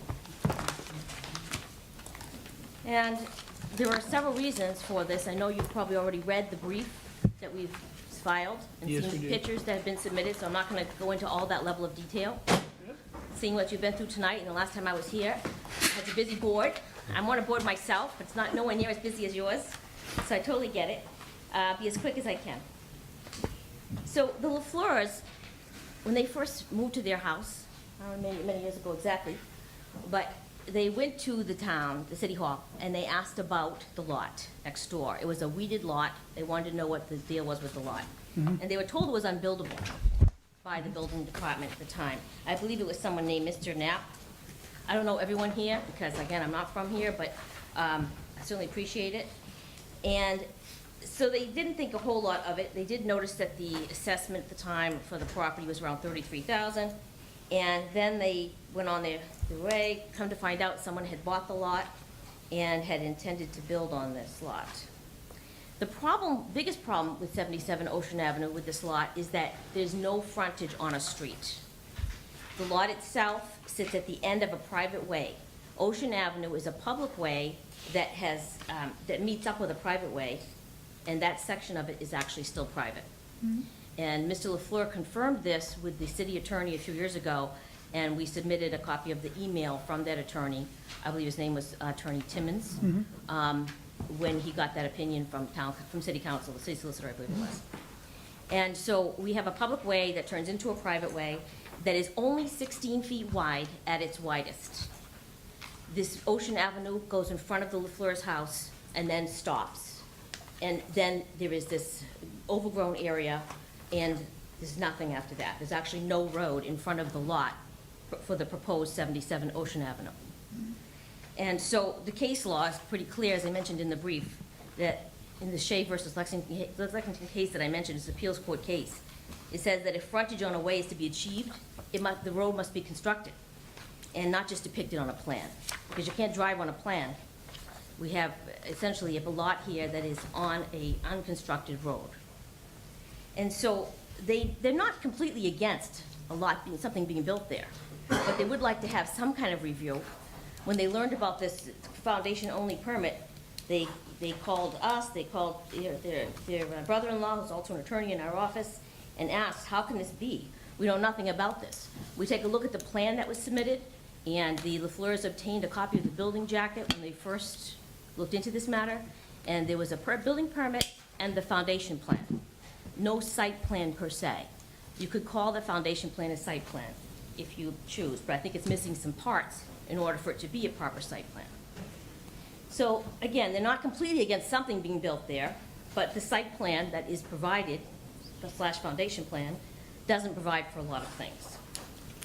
So first of all, I want to also mention that we're not objecting to the property in terms of the dimensional requirements overall. The lot area is there, the square footage is there. The frontage would be there if the road were built. And also, we're wondering if there isn't an alternative means of access to the property. That's another question. There's ledge on the property, significant ledge, which is actually shown on this plan.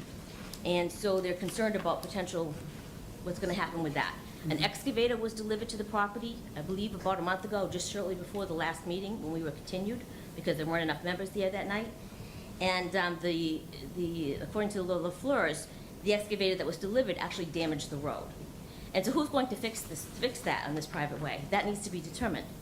And they said that since that time, someone has been operating the excavator on the property, doing some grading, and it sounds like they've been kind of breaking up the ledge a little bit. So they're asking for some transparency here. They also said, Mr. LaFleur told me that when he went and spoke to Mr. Anderson at the building department, he was told at one point that no building permit should have been issued here, but one was, at least for a foundation only. We also understand that it's okay to issue a foundation-only permit under the building code. And I did look that up myself. 780 CMR R107 does allow for a foundation-only permit, provided, it says in the building code, adequate information has been filed. And here is where I suspect that it has not. The Quincy zoning code 9.1.2.1 states that inspectional services may require plans and specifications as necessary to determine compliance with these laws. The Quincy zoning code 9.5.3 requires that any site plan that is intended for a building to contain plans for handling stormwater drainage. There's no mention of stormwater drainage on these plans. Since Quincy zoning code 9.5.31C requires site plans to contain topography and drainage plans that contain existing and proposed final topography in 2-foot intervals. That is not contained in this plan. The zoning code also requires that the site plan contain calculations by a professional registered engineer. This foundation plan does not contain that information.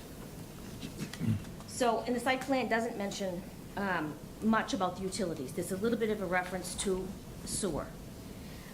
So what the LaFleurs are concerned about is traffic. For example, they're telling me that when a car goes up their street, and I have driven by it and seen it, it's so narrow that a car has to back out in order to get out. There's no place to turn around unless you go through the LaFleur's driveway. Right. So you drive up and you back out. So all these are their primary concerns. And I would say also that, again, reiterate the fact that they're not opposed to something being built. But here we have a lot that's not on a constructed way. The case law is clear. This permit should be rescinded. And when, in fact, that road is constructed, then the gentleman can reapply for his permit if he so chooses. That's it. Thank you. Connors, Any questions? any questions? Could you read it up there? So everyone can hear? Sure. Oh, I had one more thing I wanted to say, but do you want me to wait till I'm done? Okay, in terms of the building inspector's letter, I did receive a copy of that today. And I was kind of surprised, actually, that I've not met Mr. Duca, but he indicated that this was a as-of-right permit, and I'm not sure if he's just not aware of the case law regarding constructed ways or not. Maybe he is, he's probably super knowledgeable more than me. But again, that way is just simply not constructed. Thank you. Okay. Ms. Conlon, if you will. Do you want me to move? Hi, Rob Conlon, Assistant Building Commissioner, standing in for the Building Commissioner, Jay Duca. Dear zoning board members, I apologize, I'm not able to meet, I am not able to be at the meeting this evening due to a scheduling conflict. I'm writing this memo to clarify my reasons for issuing a building permit for 77 Ocean Avenue. This permit that I issued is a by right permit, never respected. I understand the only concern from the applicant is with the frontage of the lot. The Quincy zoning ordinance defines frontage. Lot frontage of. A lot line coincided with the sideline of a street which provides both legal rights to vehicular access and physical vehicular access to a lot. Said line to be measured continuously along a single street or along two intersecting streets if their angle of intersection is greater than 120 degrees. Vehicular access to a building site on the lot shall be exclusively through the frontage of the lot. Ocean Ave is a way laid out by the city of Quincy many years ago that serves approximately 23 homes. The lot at 77 Ocean Avenue has the required frontage, and the project site plan depicts a 20-foot access drive to the lot, which will provide both legal and physical vehicular access. Note, the Massachusetts Comprehensive Fire Safety Code, 527 CMR, requires a 20-foot access width for emergency purposes. That's pretty much it. Any questions? No, I don't have any questions. I understand what's going on. Does anyone have any questions? What's going on? Here's the way we look at it. We have to make this decision. Whether we rescind the permit. But the way I look at it is, we have many dead-end homes in Quincy. And that's where we build homes. And the guy asked for a permit to put a foundation in. We looked at it, we thought there was enough to give him a permit. So I'm gonna sit with the, inspector and go far. I will vote against this motion. Comments, Mr. O'Reilly? Yeah, again, there's conflict there. I mean, you're saying it's 16-foot access and the city's claiming there's a 20-foot layout. So I don't, it has to be something, has to be a plan on file somewhere that May I come back? settles the conflict. Yes. My client measured it himself, and he said the widest part he could find was 16 feet. Yeah, but This way. as an attorney, you know the roads are not always built to the limits. This is true. They're not Okay, always built to so- the limits, but, So if it's 16 feet of pavement, Yeah. doesn't mean there's not a 20-foot layout there. but the road isn't even built as well. It doesn't matter. The road in front of their house is not built. It doesn't matter, it goes, Yeah. it's 20 foot wide. Right. You know, I mean, that's my opinion. Okay. Okay? And I know we put it in our brief, that the gentleman who bought this lot is an assistant, I just want to make disclosure, he's an assistant clerk, I believe, at City Hall. We're not suggesting anything improper there, we're just saying that he may have knowledge that we don't know about this lot, I don't know. But my understanding is that the law is that if it's on you can't get a building permit on an unconstructed way. The way must be built, and this way is not built. Oh. So, I think the way it's built, it's just not 20 feet of it. it's not built at all, there's no way there. Okay. It's just rock and, It's the end of the road. It's the Yeah, end of the I know. road, Where they build the houses on the end of the road, right? It's- It's not the end of finishing. At this position, I'll oppose the city vote, city permit. I will as well. Project site plan depicts a 20-foot access street. I'll vote to oppose it as well. Good chance. Yeah. The letter is dated September 13 from Commissioner Duca. That would lead me to believe that he has communicated with you and reviewed your documentation that he submitted. Never reviewed anything. never heard before. Excuse me. Trying to direct my Can I speak attention. tonight? Well, I'm trying to direct my attention Whoa, to whoa, whoa. your advocate. Whoa, whoa. The lawyer's running this case. No one spoke to you yet. Wait a minute. Yes, go Speaking ahead. to the attorney. I'm sorry, go ahead. I just want to confirm that Mr. Duca has reviewed the information and the documentation that you have provided to this board tonight. before he wrote this letter? I don't You know that. I don't know that he has. Okay. Because there appears to be a conflict in the factual background Correct. of what you're both saying. There is. There seems to be a conflict in the fact that he says it's as of right when there's no road there. So that's difficult. I understand it's the end of the road, but the road supposedly goes in front of this lot, and it's just not built. Well, it may not be paved, but it, there's a difference between being paved and being built. Right. And so there may be a dirt road there that is not paved, but it still But there's no meets dirt the road. Okay. definition of a road. I don't know. Right, there's nothing there. I'm not an engineer. It's a hill. All right, thank you, sir. Thank you. It's right into the lot, it stops. And then there's the house lot at the end of the road. Like you have in many dead-end streets, you go to the end, there'll be a house there, and a house there. Actually, it's not quite that way. What it is, Huh? This? No, what it is,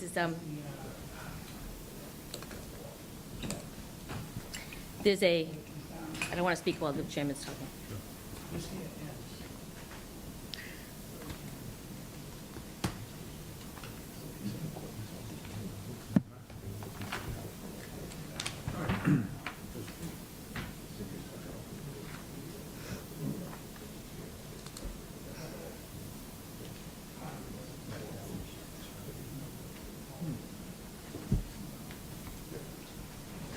There's no further questions at this time.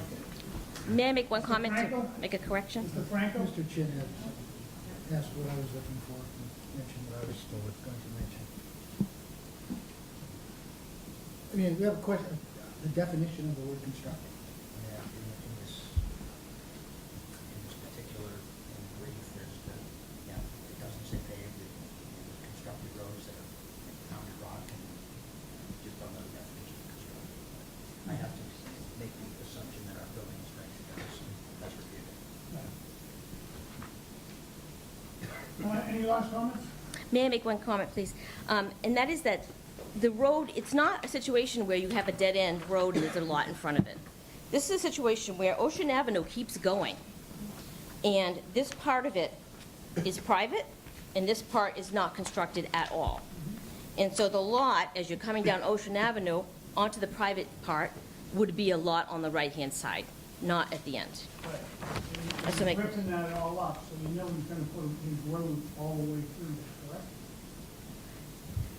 I don't know that, because I haven't seen that on a, it's a private, we haven't seen any record of that, but, He's ripping up what he's ripping up. He's taking all those stones out to make that road go further. And it's one thing I would say, is if you're doing that kind of demolition up there with them rocks that I saw, if I lived anywhere around that, I would take pictures of my home. I would take pictures of my home, in case something cracks, wall cracks, whatever. right. Things happen. It's really unfortunate, there's not enough, there's not very much oversight over the residential construction. All right, thank you very much. Thank you. We have a motion,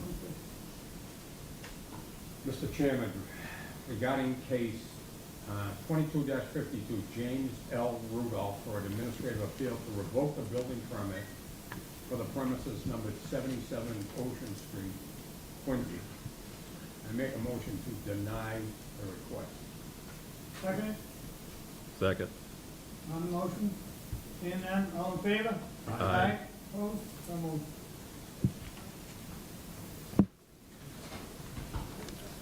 Further on tonight's business, ZBA 2257, Carl Johnson III, for variance to construct 4 townhouse units on the premise number 1214 Mill Street. Wow, thanks for letting me speak. Thanks a lot. You're welcome. Thanks a lot, yeah. My kids get hit by cars, your hands will have blood on them, all of you. All of you. Why didn't you let anybody speak up like all That's ridiculous. This is so corrupt. So corrupt. I'm taking you to court, and I'm gonna win. Go, that's your right. They let any of the neighbors speak. That's your You got right, 20 sir. letters. You're out of You got order. 20 You're letters. out of order. You got 20 letters. Please leave the meeting. You got 20 letters from Leave the neighbors meeting. saying how much they were upset about this, Never and gonna none of you happen. guys did anything. Please leave the meeting. None of you guys did anything. Please leave the meeting. Thank you. You have the floor, sir. Mr. Chairman, excuse me, Mr. Chairman and members of the board, for the record, my name is Carl Johnson. I'm an attorney with law offices at 35 Braintree Hill Office Park, Suite 103, and I'm the authorized representative of Curlew Quincy LLC, the owner of the property at 12 through 14 Mill Street. With me this evening is Patrick Magoon, an engineer from the firm of DeSalle Burke and Solar and Associates, and Brian Saluti, registered architect. They will present the existing proposed site conditions and the design of the proposed 4 residential townhomes, utilizing the topography and shape of the development parcel so that the townhomes are compatible with the development on Mill Street and not detract from the mixed-use zoning of the neighborhood. The request before the board is for relief for dimensional requirements under Section 4.1, Table of Dimensional Requirements for lot size, front, rear, side yard setbacks, from the residency district's requirements for residential development in the Business B zone. The requested zoning relief will allow the petitioner to file the special permit for the proposed residential development as required by the zoning ordinance. I would just like to distribute, as Patrick, as he stalks, that on the approach. Yeah. Thank you. This is a picture of the area of the site and existing conditions.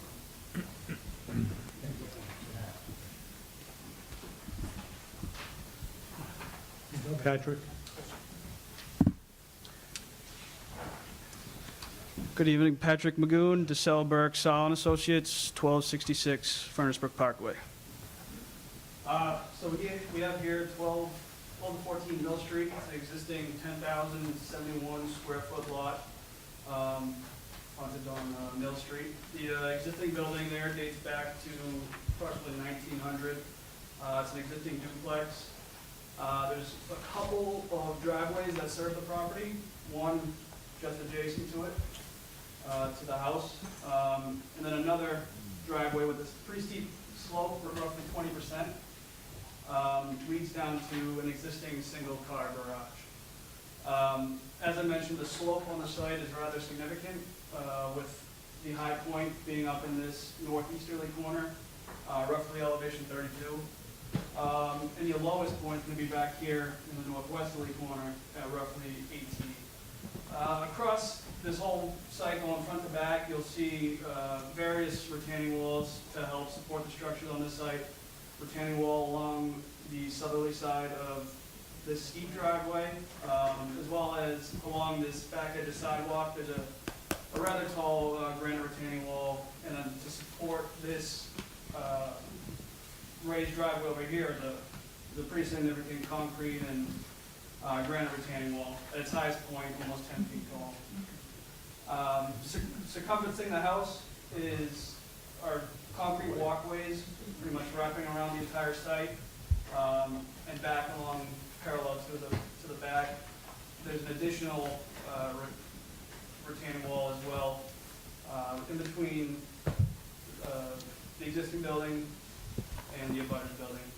That's significant in height itself, roughly 8 or so feet tall. Behind the building is an existing pool, above-ground pool, with an accompanying deck. And then just various landscaping, the green representing either lawn, not well manicured, or various plantings along the site. It's currently serviced by all public utilities, water and gas out front to the mains in Mill Street.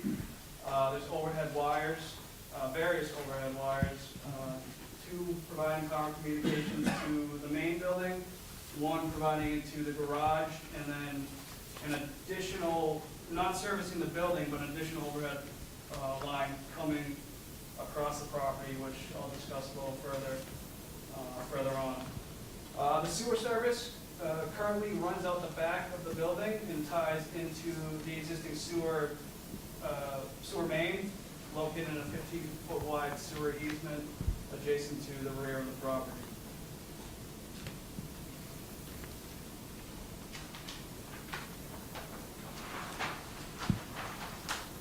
Here we have our construction management plan. It's my understanding that the existing buildings have been demolished. The driveways are still there. The site, my understanding, has been slightly grubbed, but the buildings aren't currently on the site.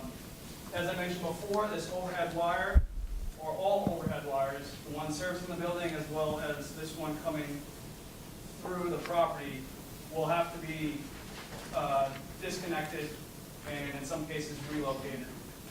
You'll see in the further sheets, this overhead wire line connecting an existing utility pole to the rear, from the rear of the property to the front of the property, has to be relocated along with the utility poles to construct the proposed building that we're proposing. We're proposing foot erosion control as typical around the site, minimize sedimentation, downstream sedimentation to abutting properties, as well as security fence where possible, and a stone construction apron for construction vehicles leaving the site. On the proposed layout plan, we're proposing to construct 4-unit townhouse-style buildings,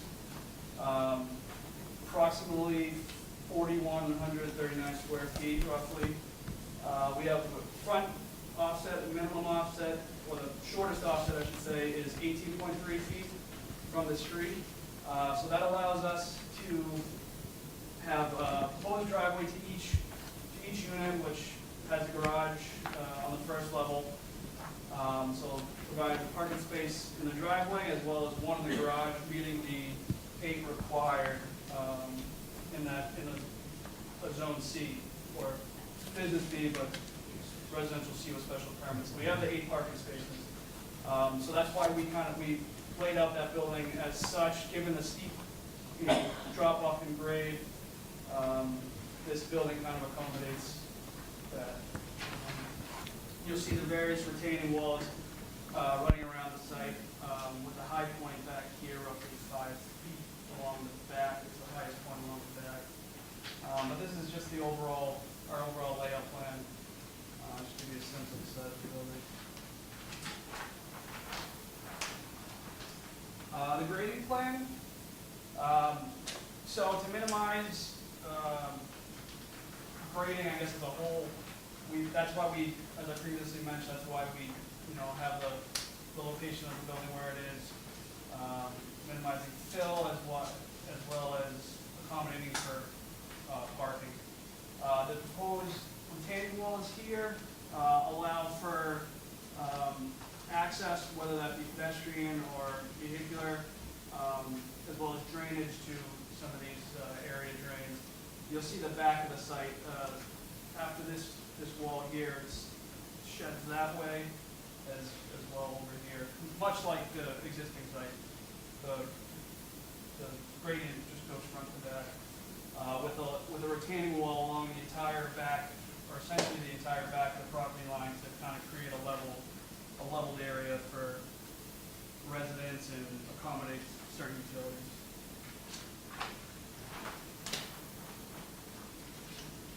And lastly, our utility sheet. The project will be serviced by water, sewer, overhead, all public utilities. Here you can kind of see relocated utility poles. There'll be one here and here, kind of shifting that overhead wire to the towards the northerly property line to accommodate the building.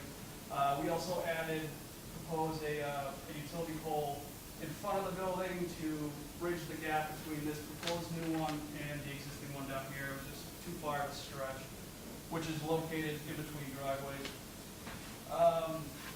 Stormwater controls on site, all impervious pavements are to be collected, whether that be the roof or the driveways. The front of the building flows will be collected by this 4x4x4 concrete galley, which will also collect the driveways. From there, that will overflow to this rear series of dry wells 6 3.5-foot diameter dry wells, which will collect the rear roof flows as well as the overflow from system 1.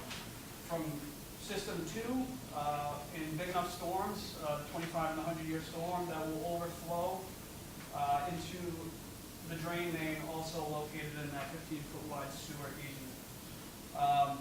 Proposed sewer, separate, sewer services for each unit will tie into one pipe and tie into that existing sewer main in that 15-foot sewer easement. And water and fire. There will be one 2-inch type K copper fire pipe to service the 4 units, as well as each unit will have a separate 1-inch copper water service. And that's all I have for you guys today. Thank you. Mr. Chairman, just to reiterate a couple of things.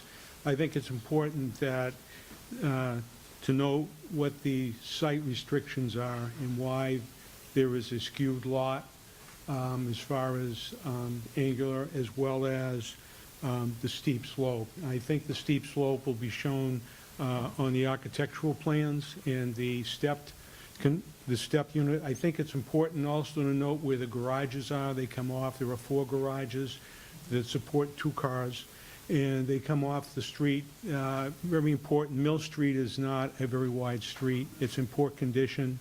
The board's probably more familiar than I about what has gone on. It's a mixed zone. There is both Residence B, there is Business B, and there's Residence C. And across that will be shown, Brian Saluti will show some photos of the neighborhood area. There's a large commercial buildings, and we looked at the site, and the site was not, has always been used residentially. It was a larger lot at one time that went out to Washington Street. But because of these steep slopes, you could not build a commercial use on there or a Business B. As a matter of fact, when we spoke with one of the neighbors, the McDonald's, who live diagonally across the street, they indicated that the garage, which is at the rear of the site, was once an auto body shop, and that the business was in front of it. So the whole area has been redeveloped. I know that there's been a lot of stress in that area, and that's why the design paid attention to how the garages would work. You have two-car parking, and how you access down through the site, which will be shown by the architecturals. So you come out to the rear with patios. There are no decks. But you can see the amount of green space. What is listing on this from what was on there before, it was only 3 feet, 1 inch from the street. And also on the left side facing, it was 4 feet from that side. It was virtually next to that house. So with this site, with the site constraints, particularly the topography, this was designed so that the buildings would be support. What's going to happen is that if I had a... That is the Google site for what? Yeah, if I might, if you'll see... 18-foot difference in scope? 18 feet, yeah. And that amounts to, because it's, the 18 feet amounts to a 20% grade change. I walked the whole site. Okay. Well, I think if you walk the site, well, we didn't dig down, you couldn't get back there. That's coming soon. And you realize that if you look, there's a 21-foot difference between the sidelines from front to back. So that the skewed lot running along the easement impacts what you can do with the lot as well. I know that there's always a concern about parking on that street. We met with one of the neighbors, and the neighbors indicated that there is parking on street across on the other side, and there is parking up to that covers a portion of this property. But we think that as we go through this with the architecturals, we think that by having the garages, two-car garages, you have an 18-foot at the smallest and the least amount setback. It's 20 before, so that even if there was additional uses for the townhouses, they would still have some parking in the driveways. Really, right? 2 and 2? That's, yeah, yeah. Brian Saluti will go over the architectural plans. Hi, my name is Brian Saluti. I'm the architect for the project. My office is located at 15 Newbury Avenue, that's in Weymouth. I'm here to present preliminary architectural plans for this proposed townhome project. This is a front elevation of proposed townhomes as they'll appear on Mill Street. The abutter to the left and the abutter to the right. Mill Street is a one-way incoming off of Washington Street, as you can see on this map here. It's Washington Street, Mill Street follows all the way and then ends up at Southern Avenue. I counted up 17 properties on Mill Street. They're all zoned Res B, with the exception of properties out front along Washington Street, where there's a variety store on one corner, and then on the opposite side, there's a commercial building, and then shaded in blue is the property we're looking at, and that's Business B. We're gonna flip that to Res C.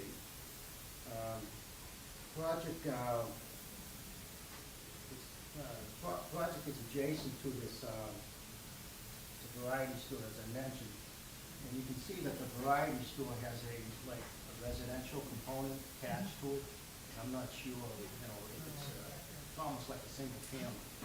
I don't know, I'm assuming there's one unit in there. And to the right side, you'll see a two-story, single-family residence.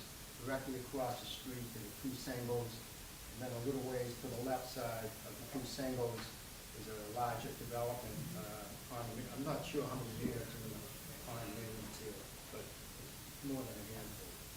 So I'm well acquainted with the Mill Street neighborhood because my company recently completed a project at 42 Mill Street, which you see here. Son Schuman was the developer and the owner, and I thought it was a successful project. All 7 units sold as condominiums. Now Mill Street has a mix of 1-, 2-, and 3-story buildings.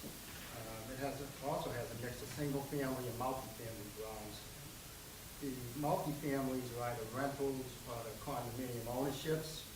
One thing to note, though, is most of the residential buildings on Mill Street all have pitched roofs. And that's something that we're going to respect for this project. Another thing to note that Tom brought up is that it has a steep drop-off in grade. And that occurs not only at the property we're looking at, but 1, 2, 3, 4, 5 properties in a row on that side of the street have an extreme drop-off. The drop-off in grade for this project is around 12 feet. You can see it in this photograph here. We're at level with the street and the sidewalk. You would tape off where the retaining wall is. And there's like a 12-foot drop. So it's a serious drop. Change boards. So we're planning on taking advantage of this grade drop by including a lower level space, which also acts as a walkout. This building section here really illustrates that best. Up here is the street level, and 9 feet or so down is and toward the back here is the walkout area. We're going to most likely be bringing in a lot of gravel fill under the driveways, under the garage area, and a little toward the back of the property as well. So I'm going to describe the proposed 4-unit townhome building. This is basically 96 feet long by 45 feet deep. Each townhome contains 1,480 square feet. The square footage for the lot is over 10,071 square feet, and the FAR is 0.59, which is well below the required 1.0 for Res C. The 4-unit townhome will have a colonial appearance with gable pitched roofs, large dormers on the front. The entrances will be recessed in, so we have cover from the weather. The front of the building is 2 stories in height. That's 26 feet from the grade to the peak. The rear of the building is 3 stories in height, and that's 35 feet from grade to the peak. Now, this is very similar to the building that was here before. And here's a picture of it right here. So it was 2 stories in the front. You really don't get to see the rear, but it was a 3-story in the rear. So the exterior, I wanted to say before I go on, the actual average height for this proposed building calculates out to be about 30 feet 6 inches, which is well below the 6 stories allowed for a Res C zone building. The exterior materials recommended for the project include hardy plank clapboard, white PVC trim. There will be double hung windows and sliding glass doors. The exterior and garage doors will most likely be insulated types. The main roofs and dormers, there will be asphalt shingles. These materials I'm describing are basically compatible with the existing single and multifamily dwellings on the street. Talk a little bit about the floor plans.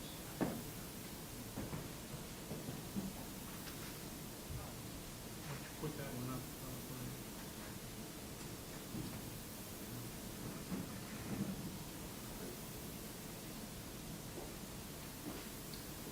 The 4 townhome units are typical in size and layout. The typical unit, as I just mentioned, was 1,480 square feet. This also includes a lower level area as well. Now, the ground floor level plan located in the middle of this drawing. The typical unit here is 24 feet wide by 45 feet deep. 24-foot width is important if you're trying to get a 2-car garage alongside a front entrance area with a door. So beyond the garage, we have the an open living area, which is the kitchen, dining, and living room. Also on this level is a half bath, sliding glass door with a small deck. The second floor level, which is to the far right. Now, the typical unit on this level has 3 bedrooms, closets, 2 full baths, a wash-dry setup. And the lower level, see here on the right side of the plan, a typical unit here has 550 square feet on this level. So this would be dedicated for mechanical equipment, maybe storage, and whatever's left over would be, perhaps starting with something like that. Now, these townhomes are going to be built in a consistent manner. They'll have concrete slabs on grade, concrete retaining walls and foundation walls. The overall superstructures will include wood framing, the exterior walls, floors, and roofs. There's going to be a 1-hour rated demising wall between the townhome units. And for fire protection, each unit will be fully sprinkled, have a fire alarm system that will be hardwired to a main enunciator panel. There'll be 2 means of egresses, one at the front, one in the rear. So that basically describes the floor plans and the elevations. Lastly, I'd just like to just briefly touch on the landscaping areas.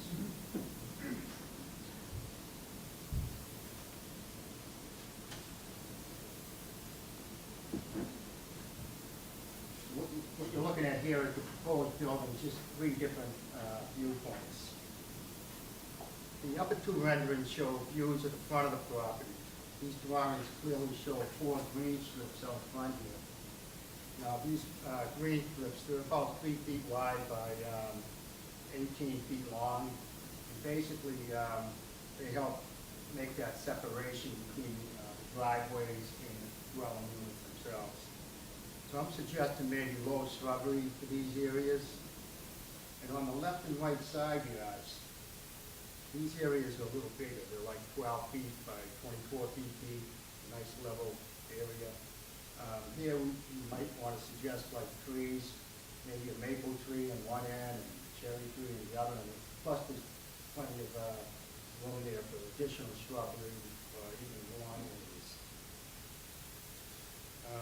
Now this photograph is pretty interesting. I took this a couple of weeks back, and this is at the property.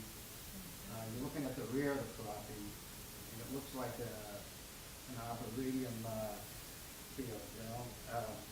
But the arboretums are rather healthy, and in good shape, they're full-grown.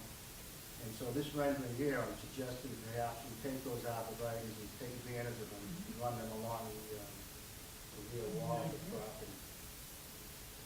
So that's. Any questions?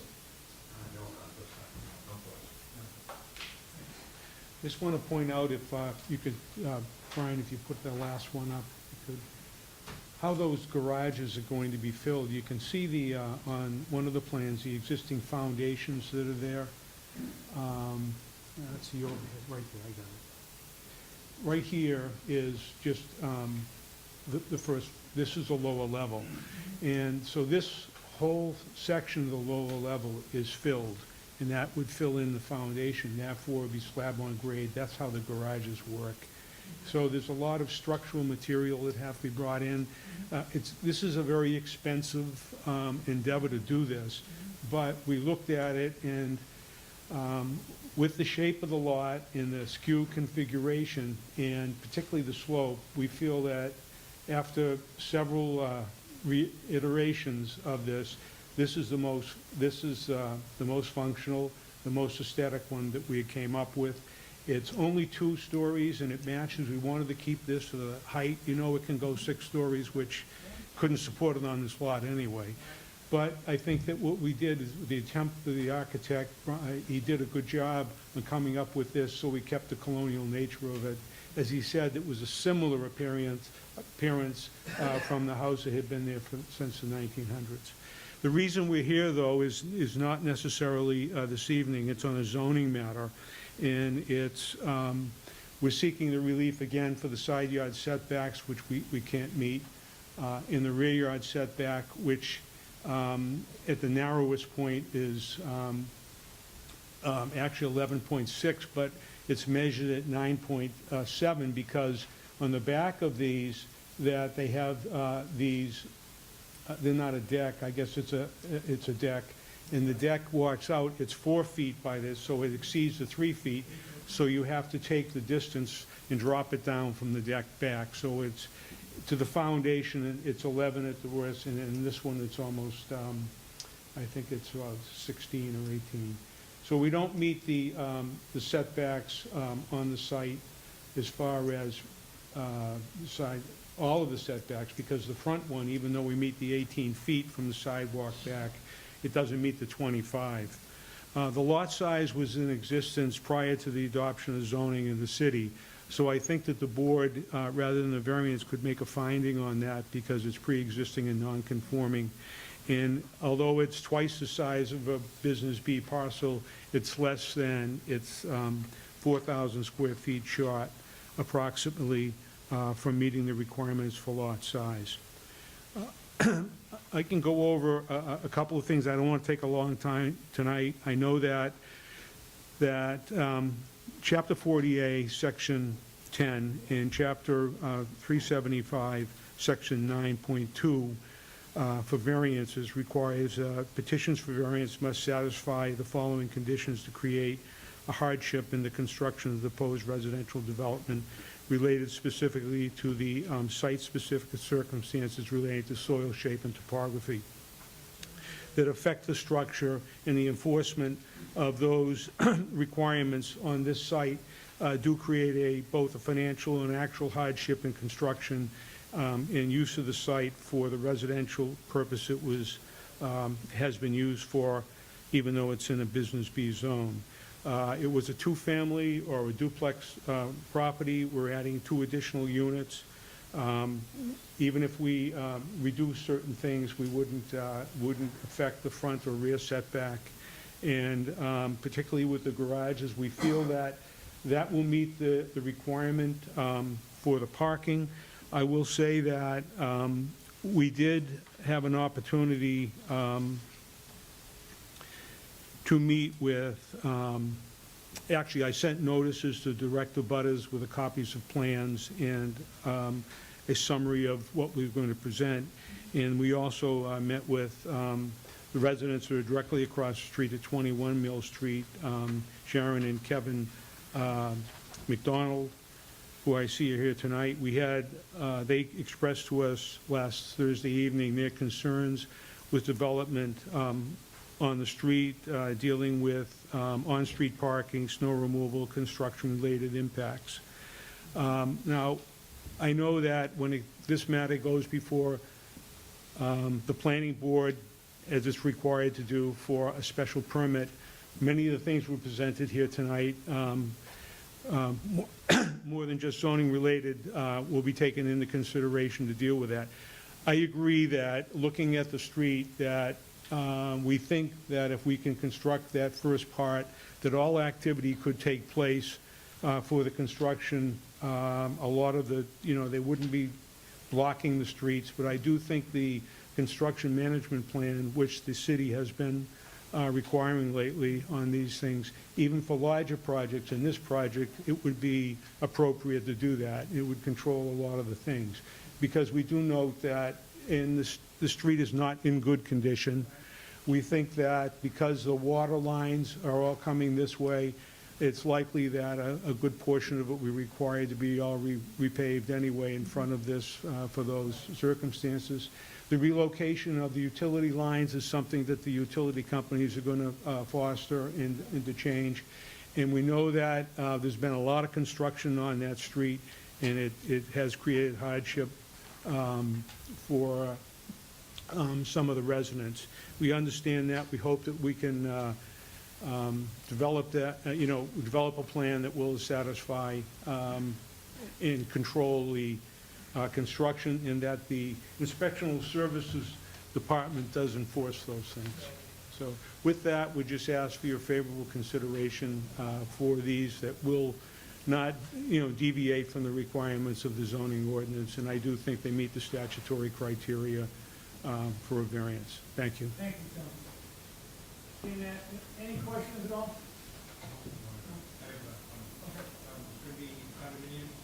Yes, I'm sorry, yes. Townhouse condominiums. Second question for the architect on the side of the building, they'll drop off and see if they're tying the wall at a certain point of a slope. Right? Yeah. So, is it just gonna be open, and how are you gonna have security issues, safety issues with the slope grade and then the wall halfway down? You're talking along the side? Oh, yeah? on the side. Okay.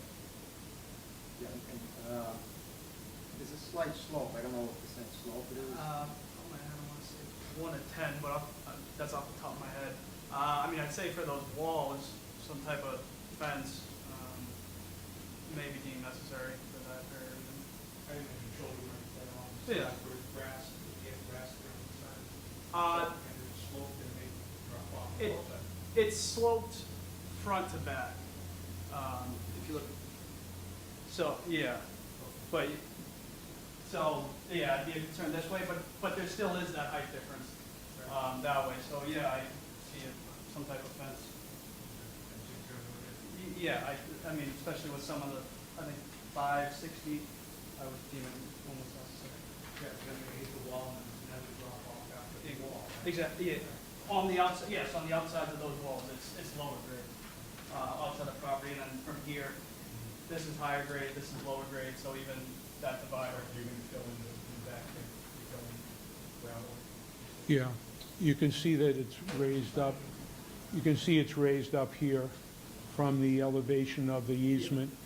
And, is a couple of things that the idea was to create a plateau here and to transition this. The other, this is not steps, that's a step foundation, I learned that. But we are able to put some steps in the retaining wall so you can transition in the event that people have to get back up to the main street for some purposes. Those are all construction details. Is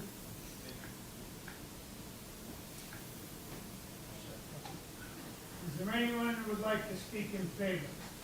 First call, second call, third call. Correspondence?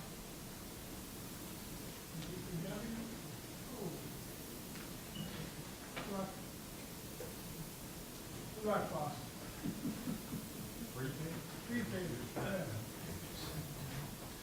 reviewed the submittal for the above referenced project, ZBA 22-57, and our comments are as follows. Grading and drainage. The applicant is required to perform soil tests during construction to verify the underlying soil conditions.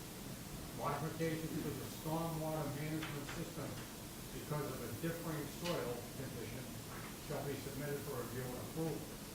The maintenance plan shall be included in the condominium association document and recorded at Norfolk County Registry of Deeds.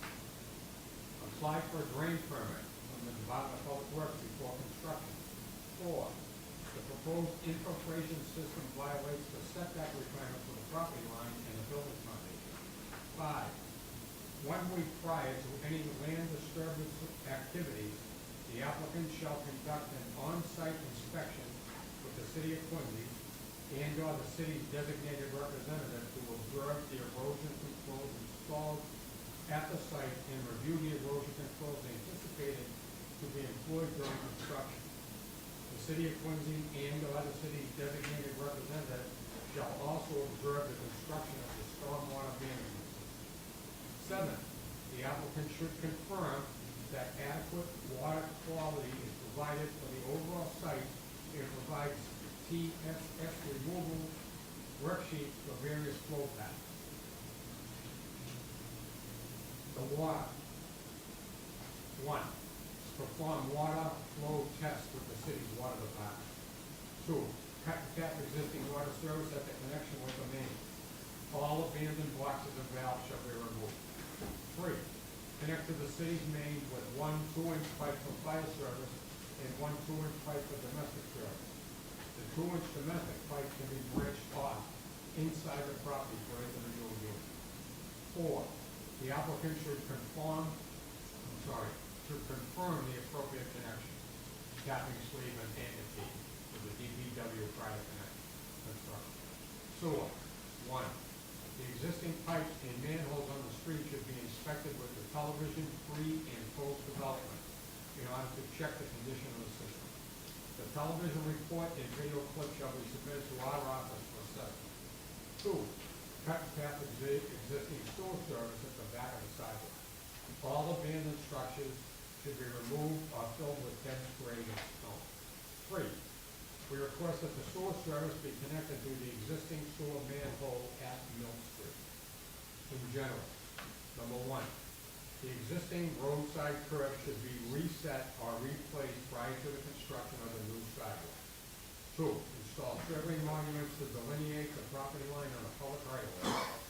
And the monument shall be set by a professional land surveyor. 3, submit construction management plans prior to the issuance of a building permit. 4, submit full design plans for retaining wall for the review prior to construction. 5, submit AutoCAD file for the project before applying building permit. The file should be in Mass State Plan coordinate system and preferably in the Quincy Standard Data Lake. 6, the entire proposed stormwater and sewer system shall be cleaned and flushed prior to the final acceptance. 7, upon completion of the project, submit a stamped affidavit from a registered professional engineer that all the utilities, water, sewer, and drain, are constructed as designed and no illicit connections are found on the completed project site. 8, upon completion of the project, as-built plans showing all utilities, building footprints, and finishing grade need to be submitted along with the AutoCAD file.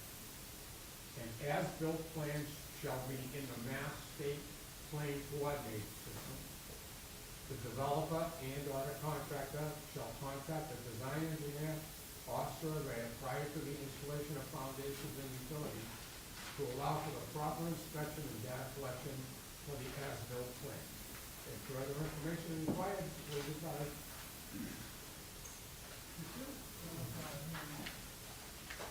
Is anyone opposed or undecided? Please step forward, name and address, please.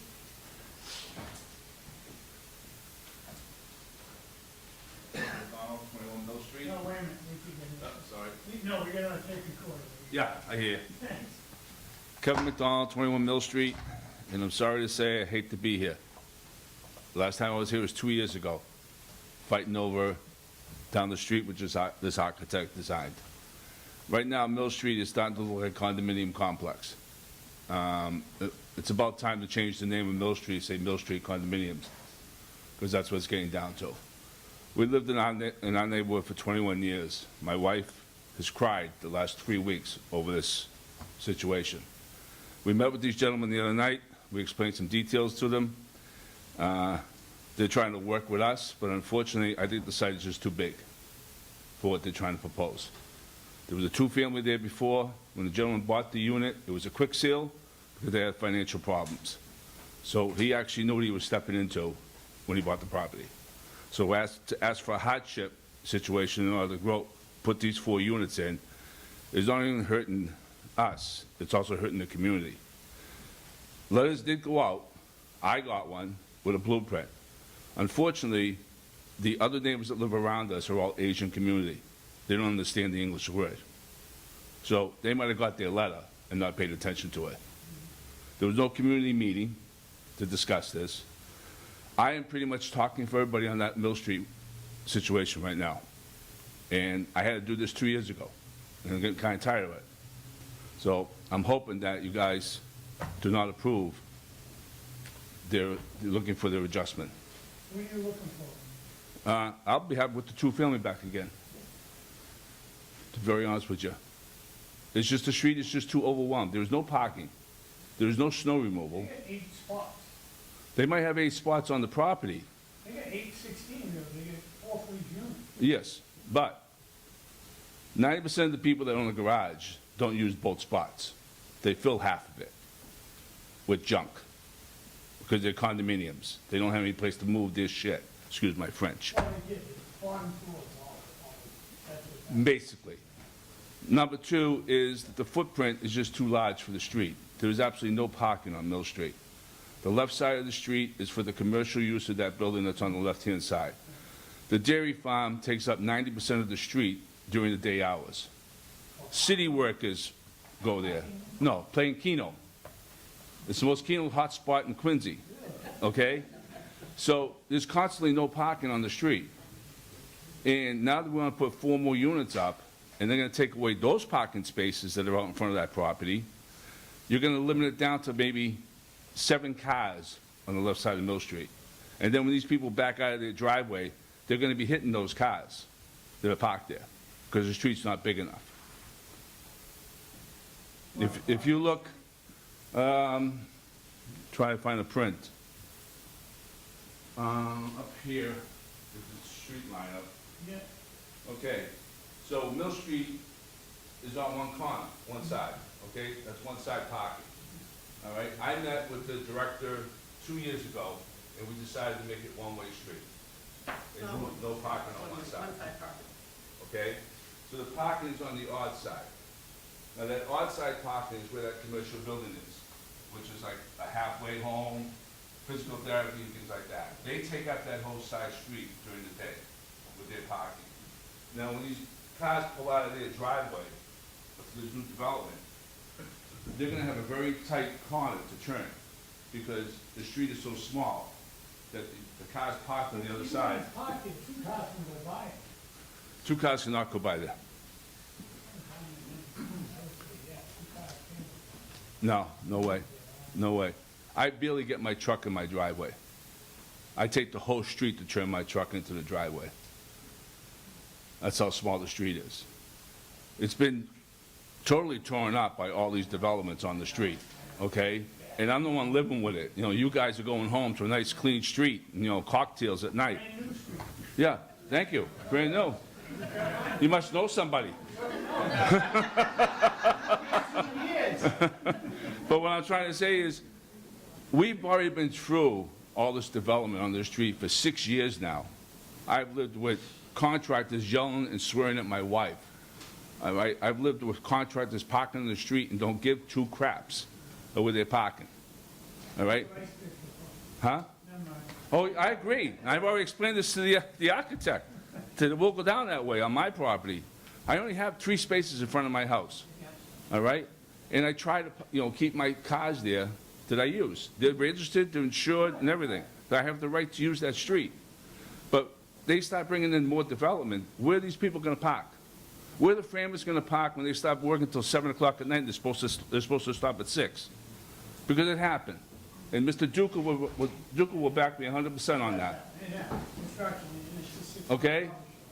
So it's a horror show. And I have to deal with this again. It shouldn't be right. I'd be more than happy with two-family going right back the way it was. The gentleman should have looked at it that way when he bought the property.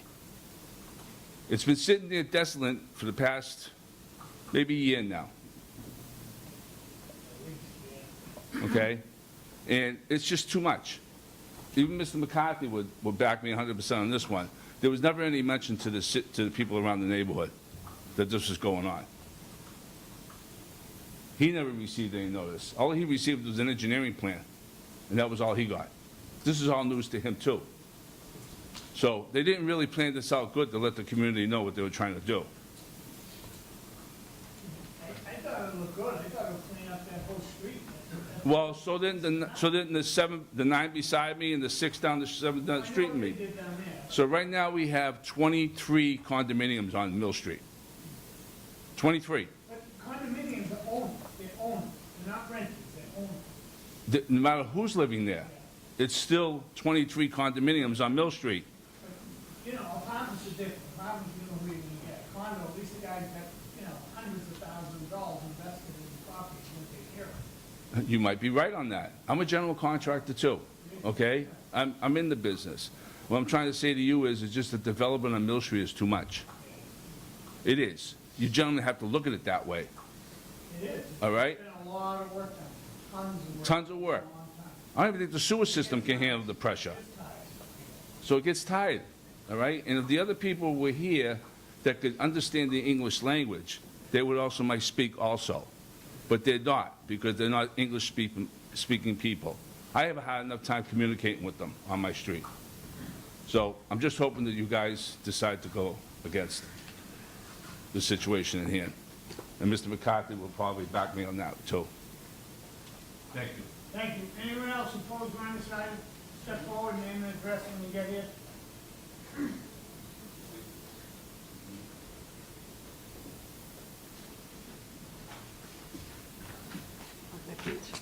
Hi, I'm Sharon McDonald, 21 Mill Street. And some of my issues are, like we said, there's been a lot of townhouses built. It started with 6, it's a very small side street that we're on. 6 down the end, 9 right next to us that tower over our backyard. We have absolutely no privacy left with the 9 towering over us. 7 diagonally across. That got approved because they tried to go for 8, and we fought them. We were at every meeting trying to fight that, and they dropped it down 1, and somehow that got approved. So we got 7 down the street, and now we've got another 4. And what is terrible about the townhouses, it sounds wonderful, they look wonderful, but you never see your neighbor. They pull into their garage, they go up into their house, never see them. They're not out mowing their lawn, they're not out having cookouts. So we've got 9 right next to us, and they could be in this room right now, and I couldn't even tell you who they are, because I never see them. It takes away from the community, the residential feel, it's just a negative thing. It may look nice, you drive down the street and see all these nice, clean buildings, but you're taking away from the community of what Quincy was. A couple things I want to bring up is the civil engineer report from, I'm not sure how you say it, Chang Sung, says right on, it was a letter dated July 22nd. The proposed infiltration system violates the setback requirements for the property line and the building foundation. Further on, it says that he recommends that they tie into the sewer system on Mill Street. With all the projects that have been built on Mill Street, we also have a big nursing home on Washington Street, just a little, like, block away. And with all these developments, they kept saying that that sewage line that's behind the property can't handle anymore. But how are these people keep saying that they're tying into that sewage line? There was a big issue with the nursing home about that sewage line, and all the neighbors came to that meeting saying that they're getting sewage back up into their houses and into their property. How are they going to say they're going to tie into the sewage line when it's already overwhelmed? With everything on down our street, I can't imagine our water lines can handle it. I couldn't even tell you where our fire hydrant is. I don't know where we have a fire hydrant. But all these extra properties, I think it's just such a safety issue as well. A couple things that we did bring up with the developers was they were talking about the property and the downgrade, and they showed, one of the pictures, they showed like a retaining wall kind of look, like I've got like here and here, and my husband brought up. So if there's a fire at the beginning of, in the front of that property, you go out back, you've got retaining walls around 3 sides of the property. How do you get out of the property? There's a fire in the front. Well, that's what you just You're, did yeah, say, you're stuck back there. steps on the side so you can get out of it. Yeah, I said, you're stuck back there. And the other issue is, while they were there, the driveway, talking about parking, they've got these garages, but if a car parks here, there is not enough room to back out and make that swing. The reason it came about of the parking on one side was, when the cars used to park on both sides, a fire truck couldn't even make it down the street. It is a really narrow, beat-up street that needs to be redone. And I just think our street can't handle it anymore. That's all.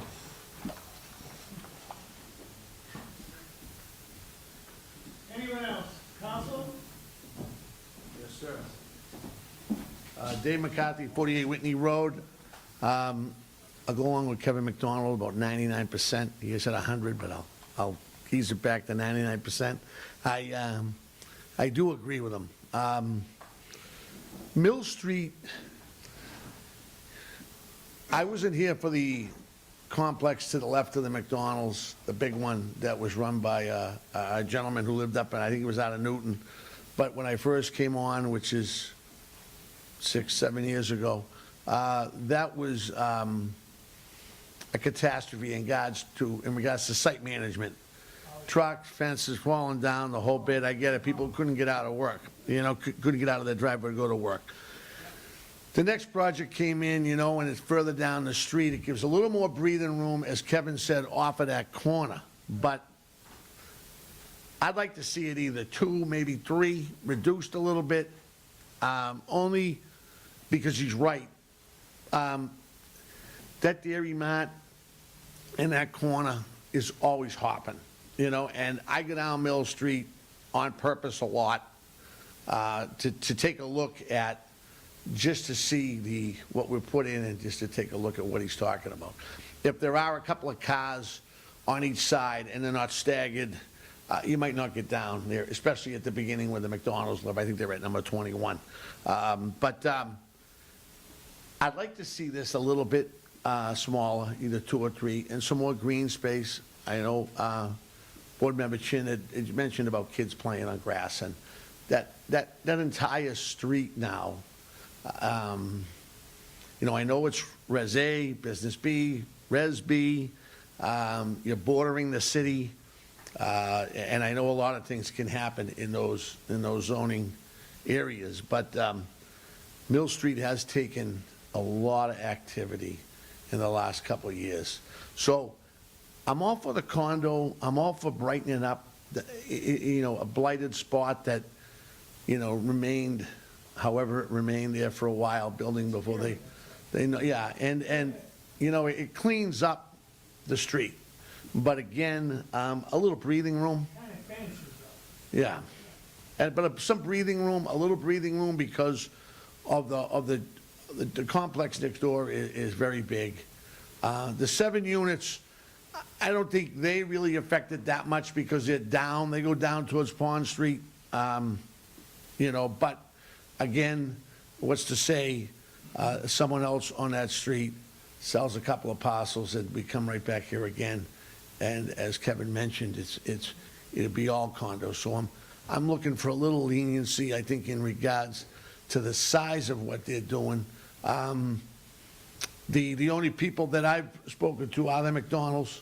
I know that the notices go out on time by the inspectional services folks, but the McDonald's are pretty much there's maybe another Res A, maybe a third Res A there at the beginning, folks that are left on that street, besides what Sharon mentioned about neighbors going into their garages and not knowing them, and et cetera. Other than that, it's a lot of condominiums on Mill Street. And a great project. I thought Mr. Saludi laid it out really well, and it looks The landscaping looks nice, everything utilizing those abrevieties, et cetera. But I think it does turn into kind of like Wall Street there a little bit. You know, you're gonna look at a lot of things that are very high on each side, and you're kind of wiping out the Res A, whatever's left of the Res A. Also, too, Mr. Johnson did supply me with plenty of material to look at way ahead, and I got it to the McDonald's as soon as I received it, because I knew they're gonna be impacted being across the street and pretty much being the lone wolf on the street. So I hope we can make some adjustments. Thank you. Madam Council, the only thing I was thinking, they have 4 spots per unit, I mean, that's gonna take you cars off the street. Even if they have people come over, they're off the street, that's all I'm thinking. Yeah, but I think that corner store and that activity, there seems to be cars, even with this, there's nothing there right now. There's cars up that street.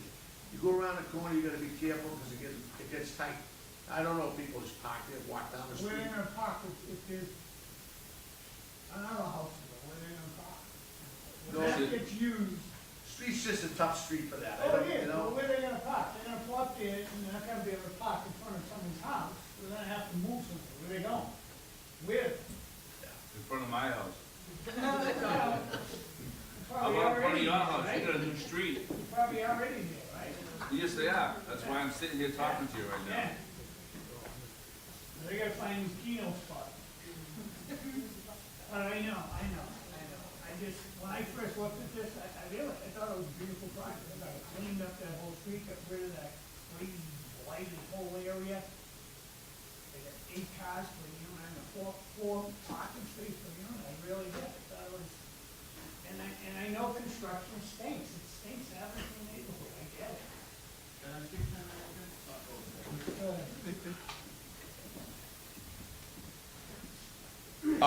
John Rutherford, 62 Grand Wall Road. When I saw this, I remember all the Mill Street projects. The first Mill Street project, Council of the Forest represented the ward then, and then the second Mill Street project, we had Councilor McCarthy. When I first saw this, I thought, Mr. McDonald, this might be your house. You're the only one who deserves a variance. You know, and if this isn't your house, then there's no way this one deserves this. He is a hardship just having to live on this street. You would have to think, probably those cars that are parking on this street now are cars that are visiting those people in the 9 and the 7 units. So, and the other thing that you're saying that, even if these are condos, people rent out condos. Just because you make something a condo doesn't mean it can't still have tenants. So, you know, this is, right, like a little bit over 10,000 square foot lot. You can't afford that. You can't rent something when you get 800 grand, and they're gonna rent them out. You can't afford it. They already are renting them. Well, I mean, bottom line is that, like, you know, the rent that they charge up at Deco in Western Chestnut is outrageous, and people are paying it, okay? So people are moving. We saw that person come from Los Angeles. She actually said she thinks Quincy's wonderful. That's because, you know, Los Angeles really sucks. But bottom line is that I really feel bad for the poor people that live on Mill Street, because they've gone through so much and so much and so much. And I'm sure the developer, who's a good developer, will come back here with other projects. You don't have to approve all his projects. And when he comes back for the next one, you can approve that one, you know. But I mean, you know, I kind of don't feel bad for the Squantum people that much anymore, thinking like what the Mill Street people have to go through. But the reality is that, you know, it is so unfair to Mr. and Mrs. McDonald. So when you vote tonight, or continue this, you know, so, I mean, it's just, the terrible thing is this is, I like to stand up here sometimes and approve the developers and say, we need the new growth, we need the new growth, because we do need the new growth. We need the new taxes. The stock market went down 5% today. So we need new growth, but we need smart new growth.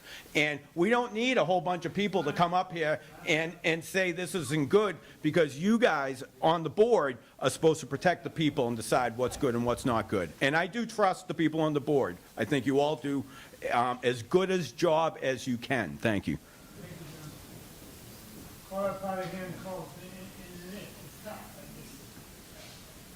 You gotta clean up that, you gotta clean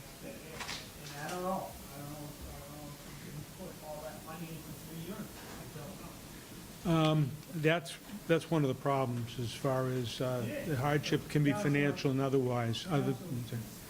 I just, I thought I was just going to point out a couple things that what was required by the engineering department. One of the things that they required was that construction management plan, which deals with all of those matters. I just want to point it out. You gotta get on the property, you gotta bring your trucks in, you gotta get on the property. And it is, it's tough. It's really tough. The way we can guarantee that everything's gonna, how you do that. Well, I recall that one of them, they, I don't know if it was Mr. McDonald, Jay was in fact, about forcing the subcontractors and the contractors not to be on Mill Street. That was the unit next door to us, the 9 unit. Right. Yes. I don't know how that worked out. He shut the job down. Right. Yeah, it's a nightmare. It's a nightmare. It was a nightmare. I only a nightmare. Nightmare. I don't, you know, no matter how they are, the architect, that you don't know who you're gonna hire. Yeah. And once you hire these people, no matter if you have structural management, a manager on site, or anything like that, no matter how, you hire Spanish framers, and they come in, and they always tell you, I don't speak English. And they keep on hitting the nail gun until 7:30 at night. And the law is 7 to 6. I know it, I do it. But I think Mr. Duca was pretty adamant about his enforcement down there. He was adamant, and then once again, they broke it. You know what I Especially mean? with the deliveries. Took so long. Yes, it took so long. So, you know, Kelly, this I is something. picked it up as, Mr. Rotopila said after Margaret, and, it was a disaster at the beginning, they got better, but it still was a disaster. I know. And then we really got all over when we got on 42, which I don't think was as bad, but we tried to keep them off because it's not a big street, it's. Yeah, because I think that night that the fellow came in and testified, he was talking about putting stuff on Pond Street. How do you keep them up? How do you keep them up? I think they brought the police, shut that job down. I know, but how do you keep them up? This side here. It's true. I see. Huh? Daily fines. I would like to move the meeting forward, but then Yeah. we have a lot more. I know, I'm just asking this, Mr. Thomas, how do you control?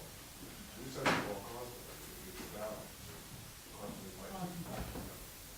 And the city's gotten much better with construction management, with the site protection, with the erosion control, more high walls, and the high from the car. And we didn't have to walk. Oh, I'm undecided right now, I thought this was a beautiful project, I thought I was about it. Comments? I guess one alternative is to make it small, so.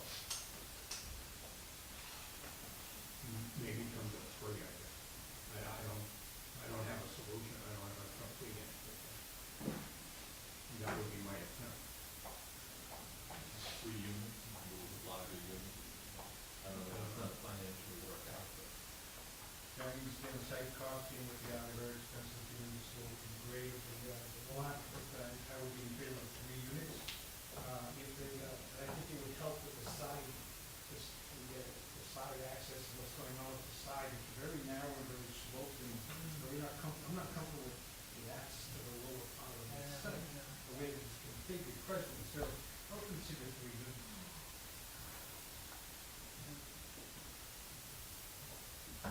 My concern is,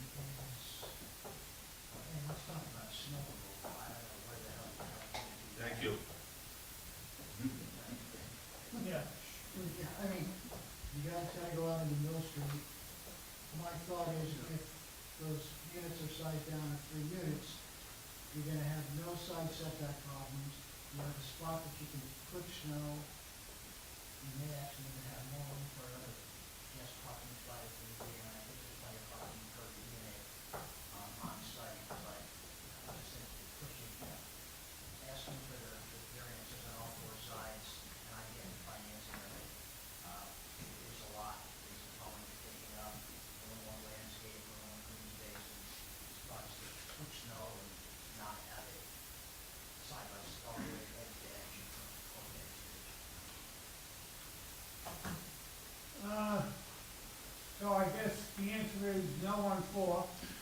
I just want to respond.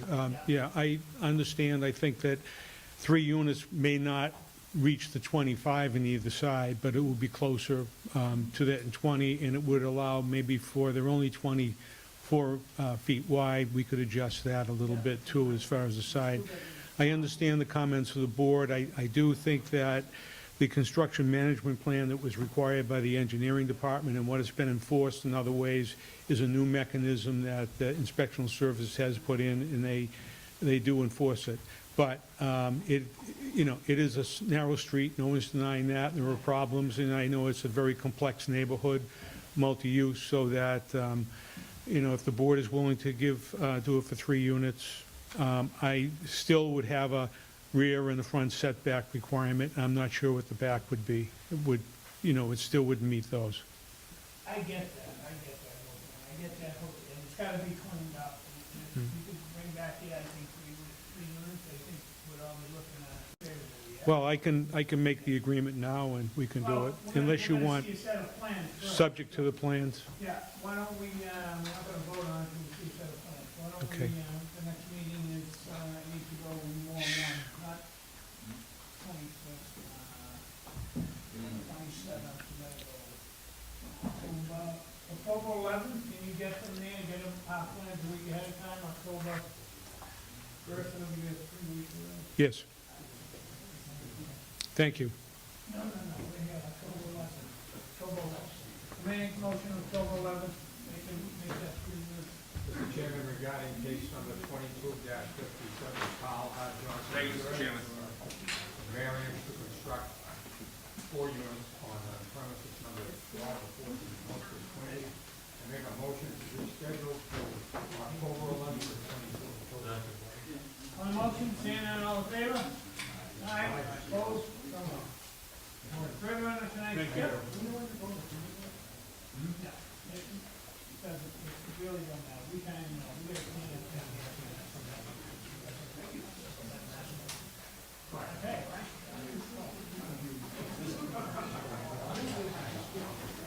Oh, Jesus. All right, Dave, Counselor? Yeah. What are you waiting on? Man's Ave. Is Assabet and Curlew. Go right ahead. All of them. You kept saying 2 on all. Like 3, there was 3. All right. I thought I missed one. Get comfortable. I was getting punchy. All right. 91 Assabet.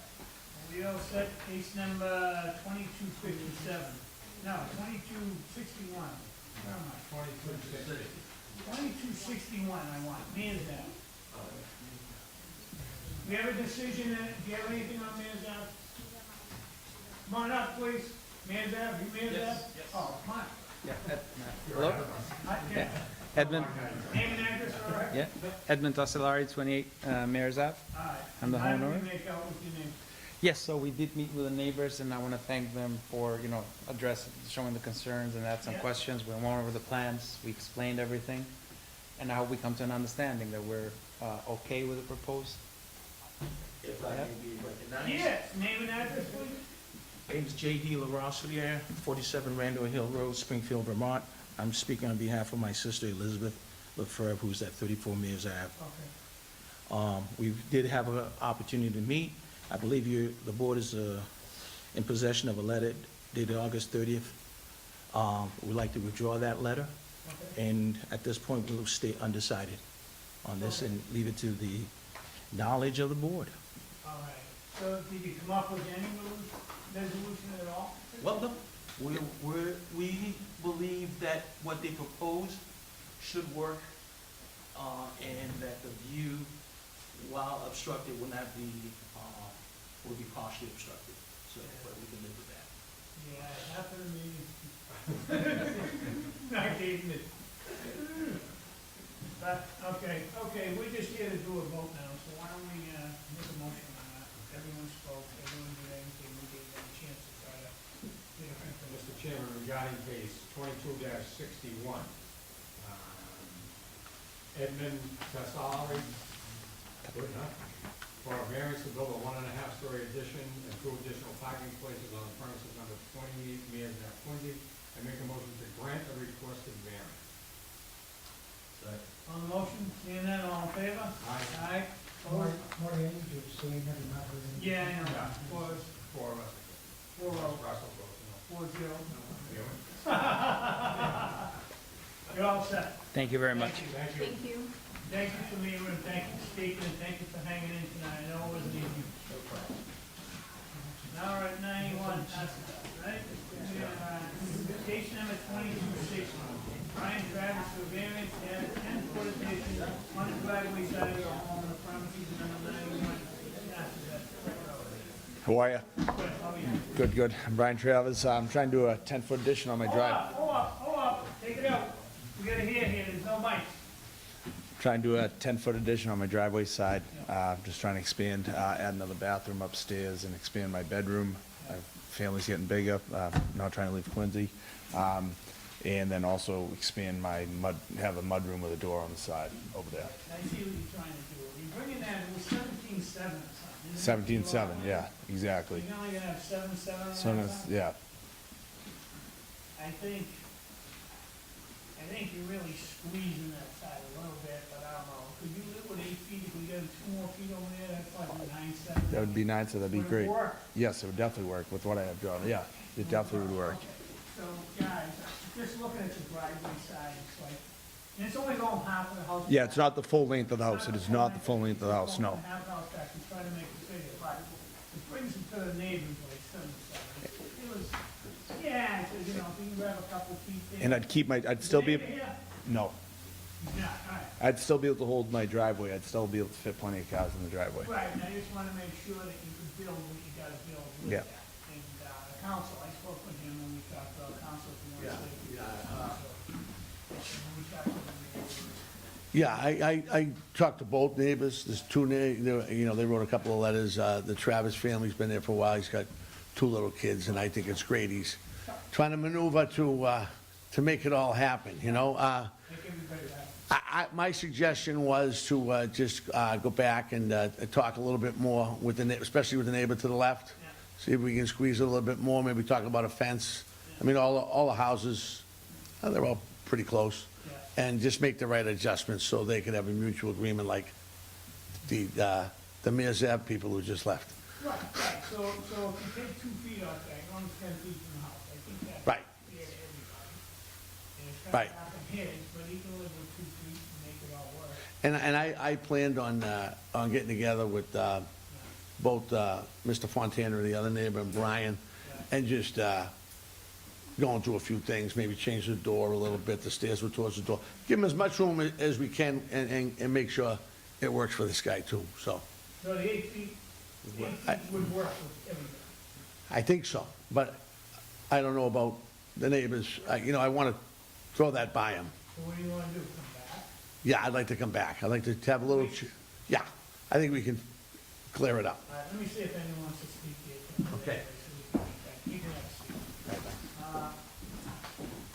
Everyone kind of knows what he's doing and wants that lives there. Is there anyone that wants to speak in favor? I wanted to speak quickly.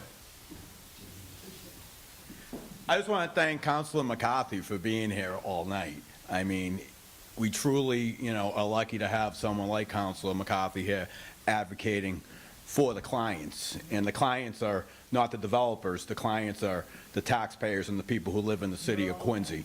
So I just want to stand up and give Councilor McCarthy some props. And I'm in favor of people staying in this city with their family who have been here and expanding and making their single-family houses adequate so there's enough room for them to live. Thank you. Thank you, John. Does anyone else want to speak in favor? Second call, third call, followed by hearing closed. Correspondence, we have reviewed this mill and have no comments at this time.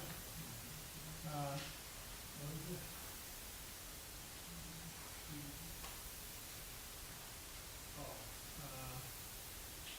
37 Assabet, Nancy Croach. She thought the additions were on her side. All right, I'm just saying, she's opposed, she wrote a letter here, she's opposed to it. She's thinking, yeah, it's on her side, but it's not. But that's all right, we'll put that in. We'll put that in. Is there anyone opposed or undecided who wants to? First call, second call, third call closed. Can you make a motion to come back, 25th?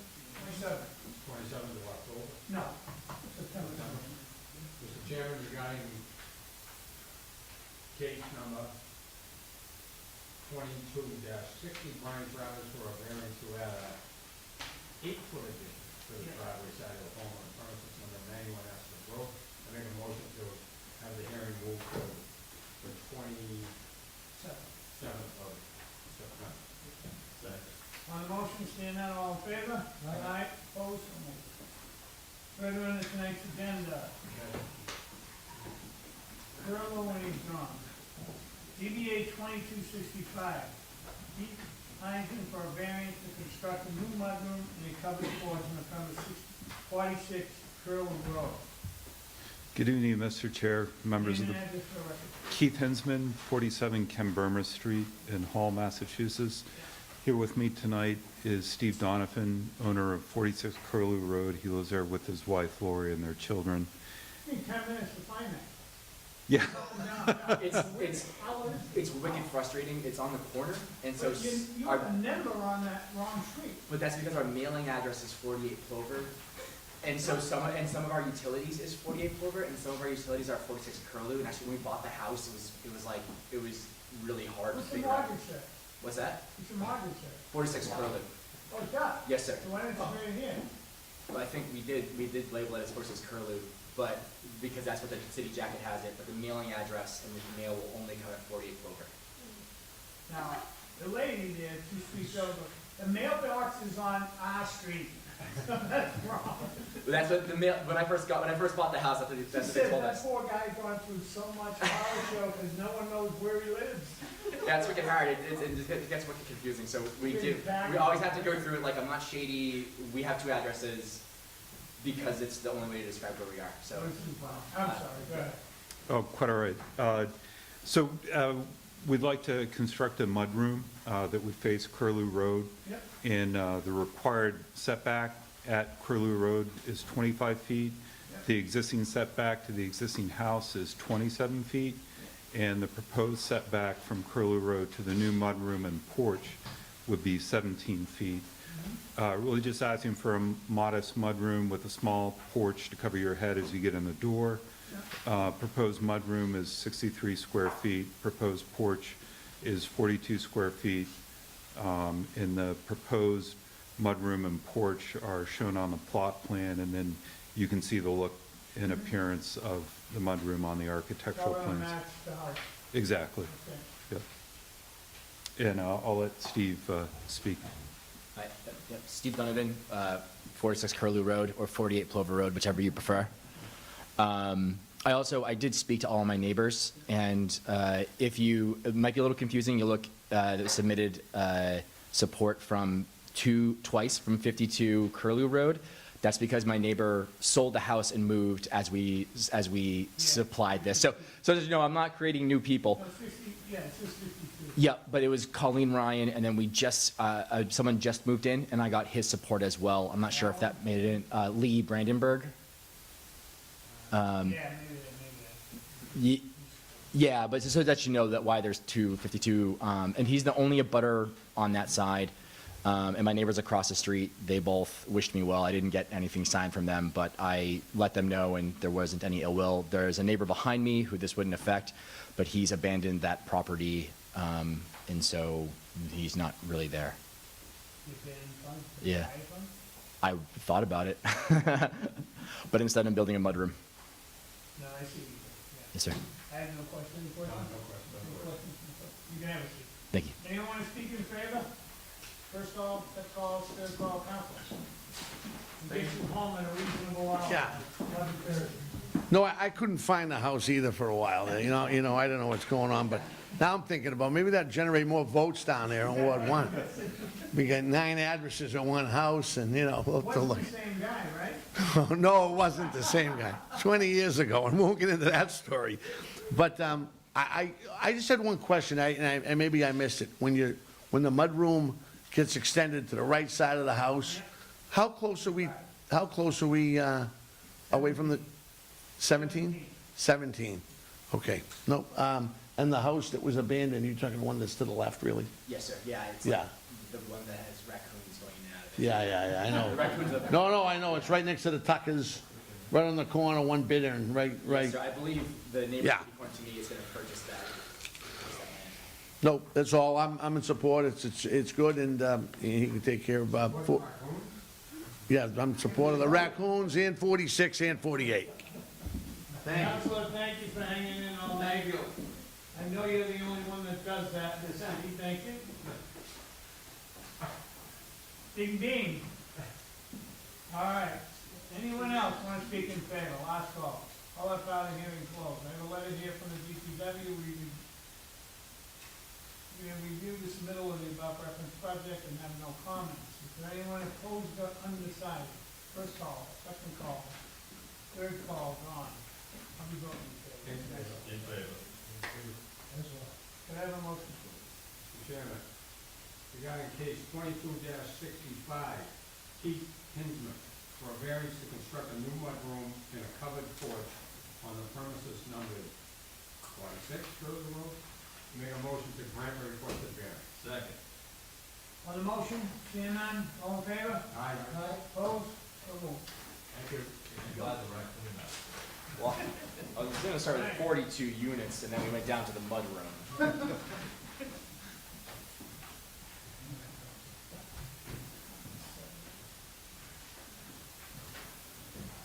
Further on tonight's agenda.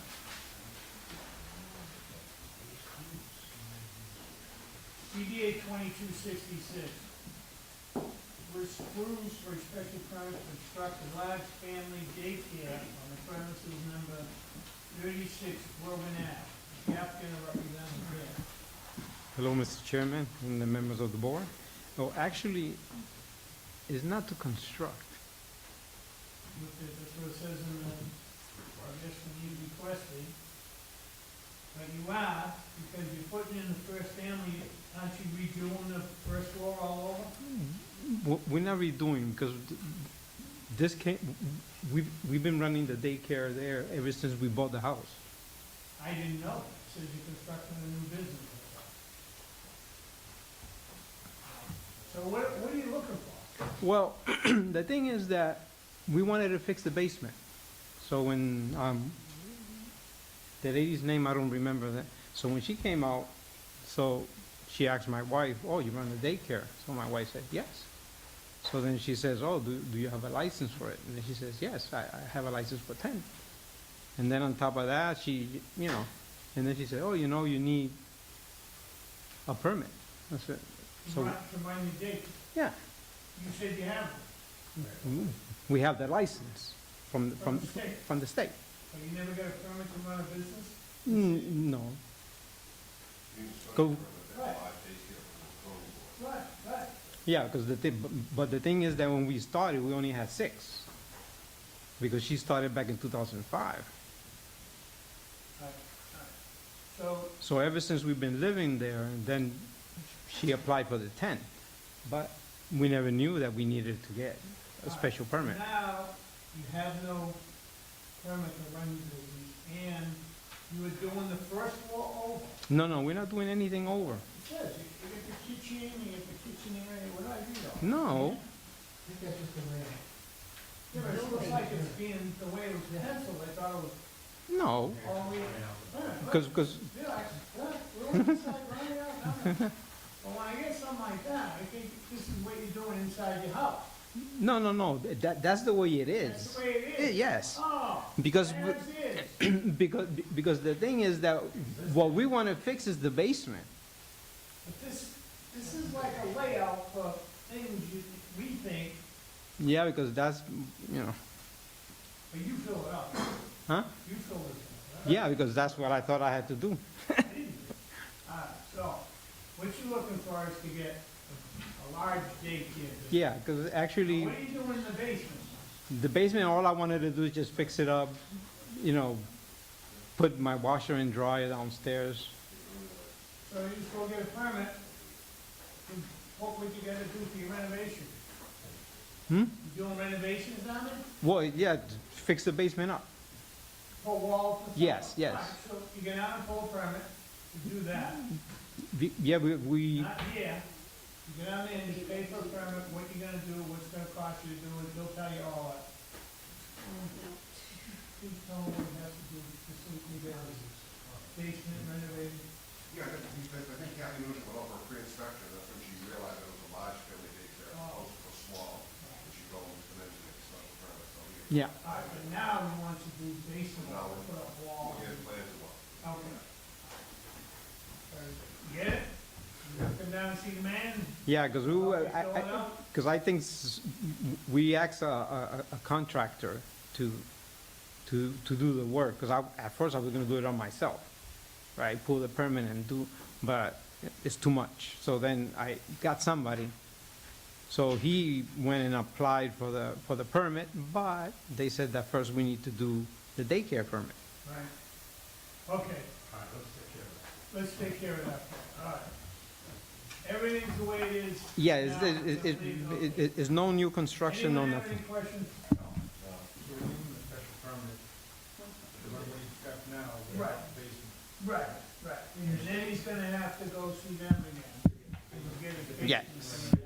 The state license is for large daycare. Yes, because it's basically just 10, because a home family daycare can run 10, that's it. I think your wife wants to speak. Yes, my name is Jamie Jo. I live 26 Brooklyn Avenue. So I'm running this daycare more than 17 years.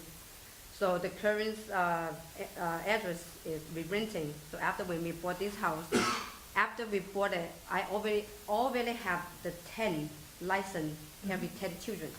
So to the state, my license every year they come to inspect the house. So they approve for all this space to allow to do 10.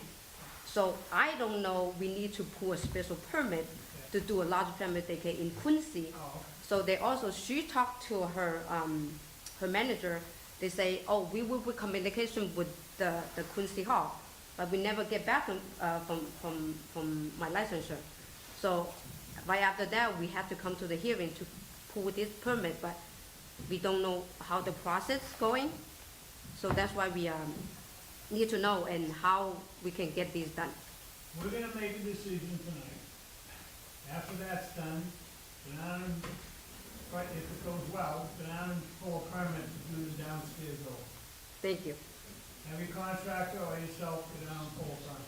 Yeah, they were already You have waiting a for that. contractor, make sure he's licensed and insured. They are. Okay. They are. Thank you. Thank you. Is there anyone here that wants to speak in favor? Step forward, name and address for the record. Come on up next. So you can be next. Good evening, I'm Patrick Alexis, 72 Stedman Street. I've had the pleasure of having my two children in May and Lewis's daycare for over 8 years. They're providing a great service for the community, affordable daycare, and to be able to leave your children with people all day and not worry about them is, I can't even describe it. I'm a little tired, a little nervous right now, so excuse me for that, but I do love them a lot, and I wanted to show the support because they are really providing a great service for Quincy. At the time when we were looking for family daycare, it's a mess out there, you know, basements, areas you don't feel safe with, and May and Lewis's daycare was just a phenomenal place, and I wish I could leave my children there forever, to be honest with you. So I just wanted to voice my support for them. Tammy Foster hanging in here tonight. I know she thanks you very much. Thank you. No problem. I'm happy to do it. Thank you. Name and address for the record, please. My name is Christine Villanueva. I live and own 12 Harrison Street in Quincy. I also grew up at 355 Adams Street in Quincy, which my parents still live and own. And I want to apologize for me going in and out of the room. My dad is actually in the ER. He is just finishing chemo, waiting for radiation, so I wanted to make sure I stayed here. My dad is okay for now, but I'm heading straight out there right after this. So, again, my name is Christine Villanueva. I have my master's in regulatory affairs. I'm a dental hygienist, but most importantly, I'm a mother of 3. I met Lewis in May through our first son, who is now who is best friends, and they're both in high school right now. The oldest, who was here, was tired at 7 o'clock and went home, asked for permission. Mom, I want to sleep. He's 16 years old and wants to sleep at 7 p.m. She raised him like that. She is also raising a lot of our children. We have other mothers, one who's pregnant, one who has 2, whose children are outside. We stayed here throughout this entire time. My child who is under May's care now is my 3rd child. I want to echo what this gentleman said. I did a paper, my thesis, on choosing daycares when I was with my first child, and I waited 10 years to have my next child, and I knew exactly where I was going to choose, and the minute I found out I was pregnant, she was the 3rd person I called, just to make sure I had a spot in her daycare. My 3rd child, Dylan, he has several allergies. May is accommodating to all of them. She cooks for she cooks for the children. Granted, I was pumping. I provided everything. This is my 3rd child. This is my first child I'm sending to have someone else outside my family take care. So it was a really hard decision for me to do this, and to hear that there was a risk to her daycare made me fall apart, because I would not be able to send him anywhere else. So I hope that you do support this permit for her. I know there's 2 other mothers who want to probably speak behind me, but not only did May get the trust of all the parents of all the kids that she takes care of, she also gets the love of the children that she takes care of. My son is going to turn 1 year, October 2nd, and already he doesn't want to come to me. He wants to hold on to May. And every time I come to get him, no, he just goes right back to her. And to know that someone like May, I have to fight her for my own child who I carried and got the C-section, it's a wonderful thing. Sorry, this is taking too long. The permit that they're asking for, I thought it was to have their basement done, or whichever the case, but that's next. But I hope that you keep in mind that Lewis and May's Daycare give back to the city of Quincy and beyond, in that they provide a safe space for parents to trust and leave their children to caregivers who genuinely care for our children. The permit that they're asking for is in regard to the basement, to renovate their basement, but it's for their family. They're taking care of other families as well too, so that's why we're in support of both the permit for the daycare and the permit for the basement.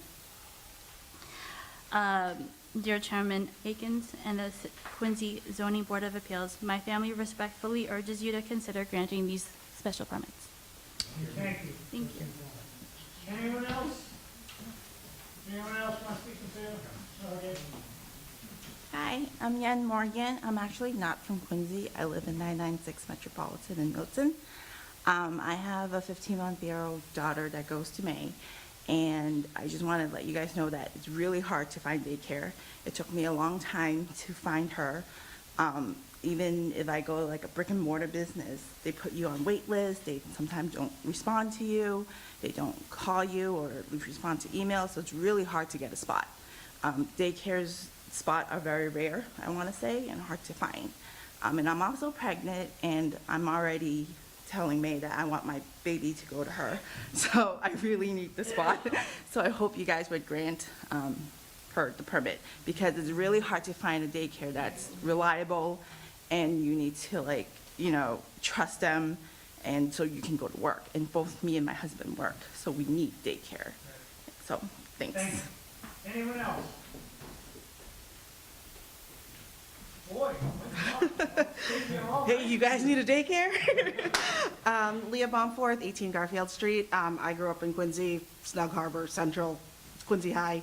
And my parents still live here. I live here. My parents have been taking care of my daughter for 14 months, and right at that point is when I actually entered into May's Daycare, and just by chance, because I like previous person, we were looking for daycares, centers, home daycares, and it was very hard to get a hold of anyone, and I was looking during COVID, because I have a COVID baby.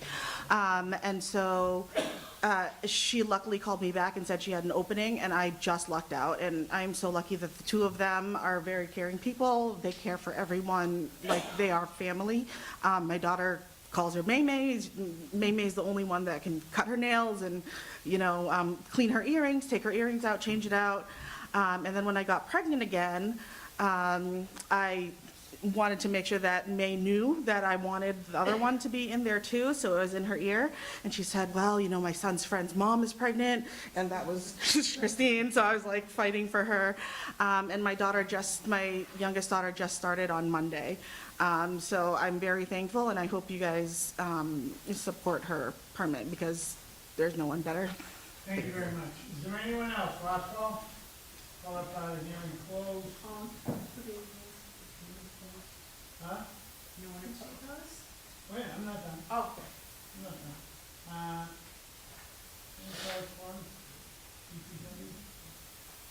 DPW, regular letter here, we reviewed the snow is not reference project, have no comments. Let's call out out of hearing. Wait a minute, I gotta put these in. These are letters of support. I'm not gonna read them all.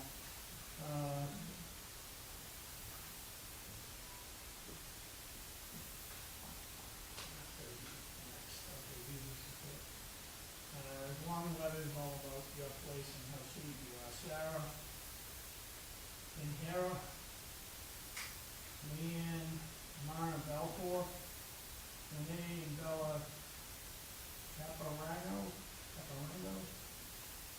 Justin and Laura Cusi, and Michelle Velquez. Velasquez. These are all big, long letters of support that they wrote to you. We call it part of hearing closed. Is there anyone opposed or undecided? You're up. Opposed. Can I sit here? Sure, you can sit there. We'll listen. Name and address for the record, please. Oh, Mary Grogan, 32 Grogan Avenue, Quincy, Mass. Oh, I have your letter right here. Let's Oh, put yeah. it in, but we will, you don't have to put it in because they're gonna. Yeah, just that pursuant to section 9.42 of the special permit regulations, special permit may be only allowed in the event it does not cause substantial detriment to the neighborhood. The addition of a large family daycare will adversely affect this residential area due to heavy traffic, parking, and noise. In the immediate, my family, who has occupied the adjacent property for the past 100 years, hopes that Grogan Ave will remain a residential area. I'm particularly concerned that if a special permit is allowed for this large family daycare, other businesses may want to open in the residential neighborhood.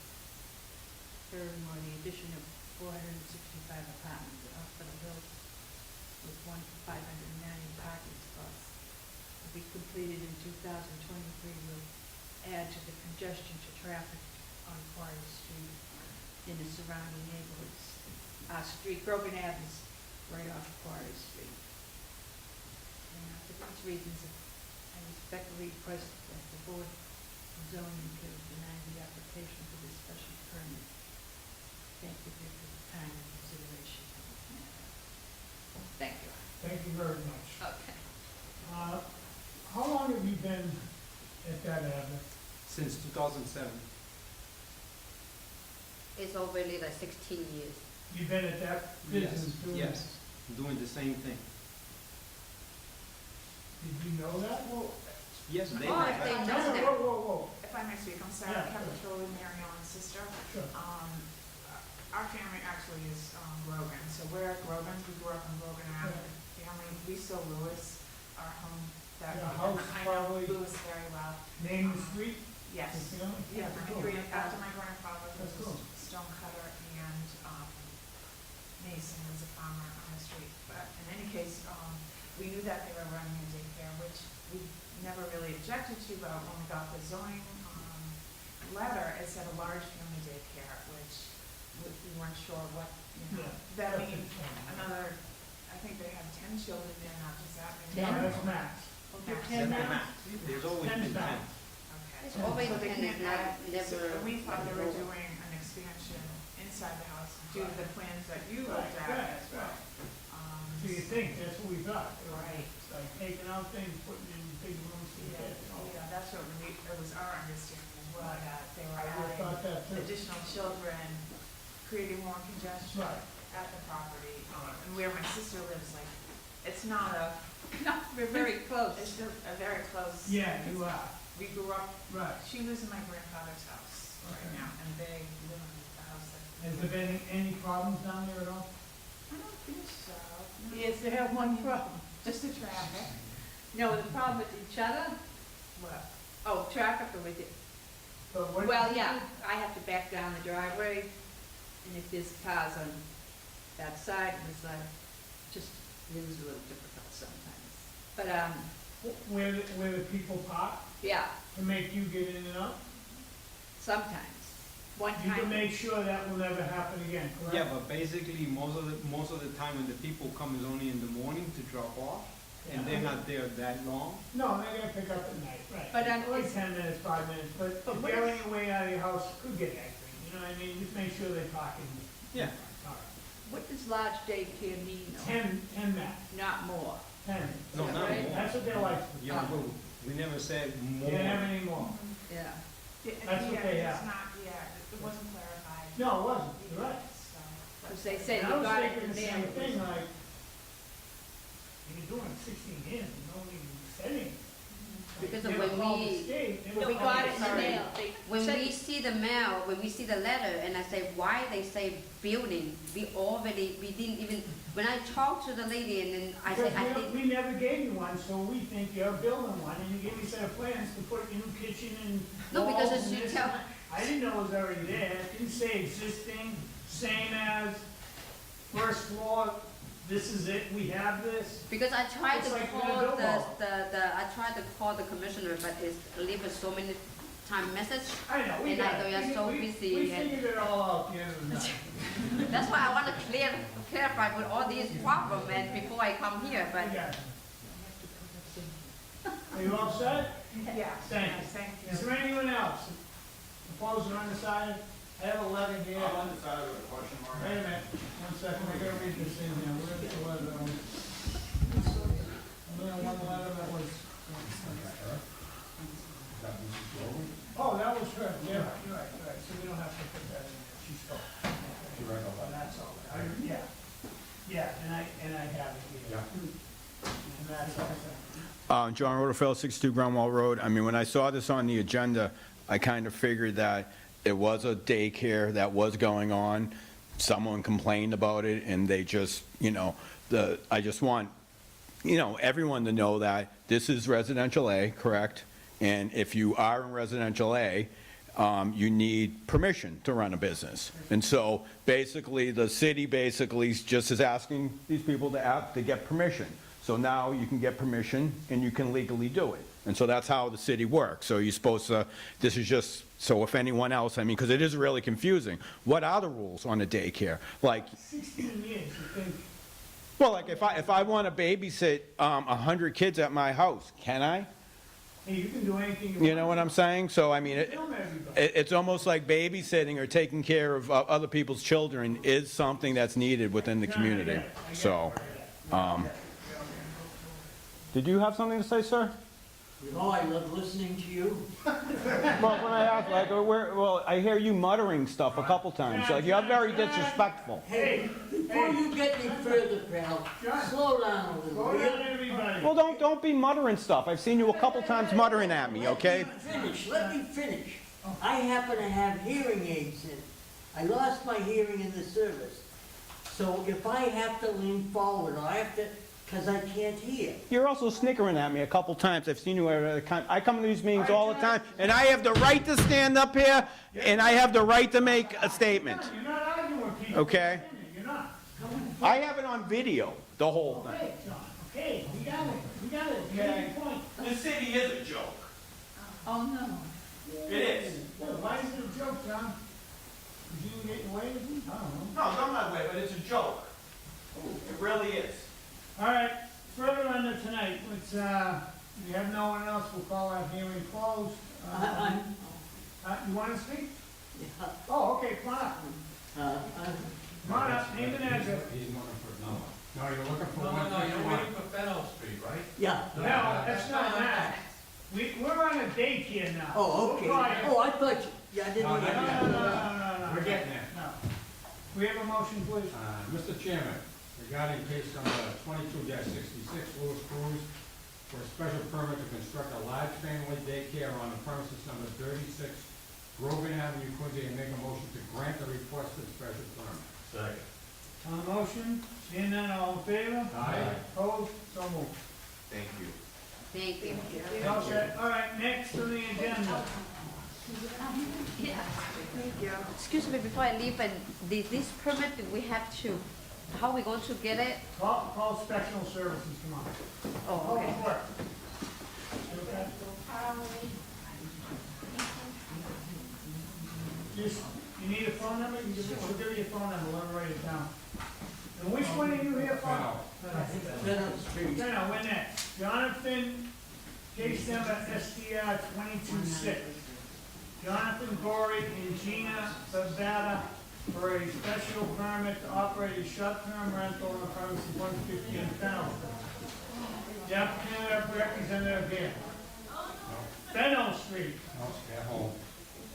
Fennel. Wow.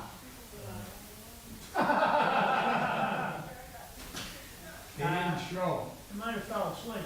Perfect, right? Seriously. You were in. He sat all night, but he didn't show. It's not him. No, he's opposed. November 15th? Does that mean I'm all set? They're all set for now, but they're gonna come back, we don't know when. You know, I wanted to ask you, just a question. Sure. They're applying for a permit for tenants? Short-term rental, what it means is Short-term rental? after they fill out this, it's an extensive thing to fill through to get it. You have to prove you live in a home, you have to have all your electric bills, you have to live there, and people come into your home and rent short-term rentals. Well, the only reason I ask is, Yeah. they've been doing this for the last 15 years. Right, we just changed the rules in Quincy, now you have to get a permit, and we have to know. Wonderful. We send in the building department, the fire department, health department, everyone goes through your property and looks at everything, and then everything's gotta be brought up to code. The Okay, health department goes through it, the fire department goes through it, the inspectional service goes through it, make sure everything's up to code, and you get the right exits and all this stuff, so it's invasive for the people, but they make money. so they're coming up again for it? Yeah, we're looking for a date now. Okay, whenever I'll hear How from, about October 25th, was that it? October 25th, how's that? October 25th? Yep, don't forget. Okay. We'll write them a letter. Is that fair enough, guys? I don't know what happened here. Mr. Chairman. This isn't a DBA, this is an STR, right? SDR, it's short-term rental. Okay. Mr. Chairman, regarding STR 22-6, Jonathan Gorey and Gina Pavetta for a special permit to operate a short-term rental on the premises number 115 Fennel Street. I make a motion to reschedule the hearing for the 25th of October. On the motion, seeing none, all in favor? Aye. Opposed, so moved.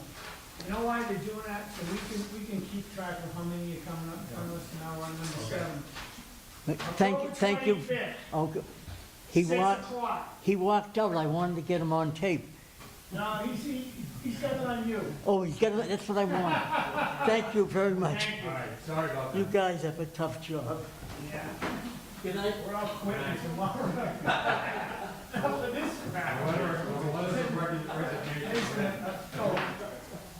SDR 22-7, Yang Hong for a special permit to operate a short-term rental on the premises number 37 Home Street in Quincy. Name and address for the record, please. Good evening, members of the board. I am Nancy Zhang. I am the daughter of Yang Hong, the landlord and the resident of 37 Home Street. I am her representative for her case since her English is not very good, and she's also with me tonight. So she's there. I'm here in hopes for the board to approve our application for a short-term permit to rent out the extra guest rooms. That because with the rooms vacant and my brother and I are off to college, and like when family members didn't visit, my mom would like to rent out the extra rooms as short-term rental. And like in order to not disturb or negative impact the neighborhood, we will follow all the rules of the neighborhood, such as regulate the noise, make sure the trash is being right, and the lawn. So we will make sure everything is, Are you in a two-family now? yes, And you're gonna rent one of the apartments or just the rooms in your apartment? yes, correct. Yeah, The, correct. yes, the other apartment is already rented out to another family. So the short-term rental is gonna be in your? Yes, your home. That's correct. just owner occupied? Yes. Okay. Mhm. All right, I have no question. No question? Parking, so our house, we only have one car, so we only occupy one of the space. So our property have like 5 parking spaces, so we have like 3 parking spaces available. The other rented, they don't have a car. They usually use the subway, the MBTA, to go to work and to go to places. So we only, right now, currently, only have one car in the property.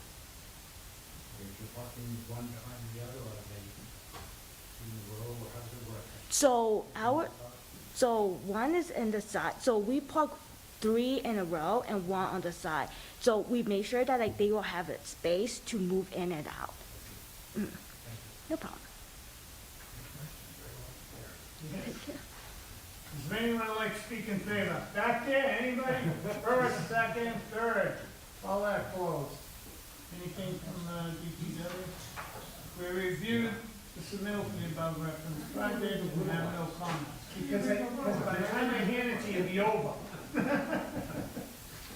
Someone's supposed to read the little one. Try and give you, what they call it, 15 minutes of fame. Yeah, I've got that already. Go on there. Guy threatened me.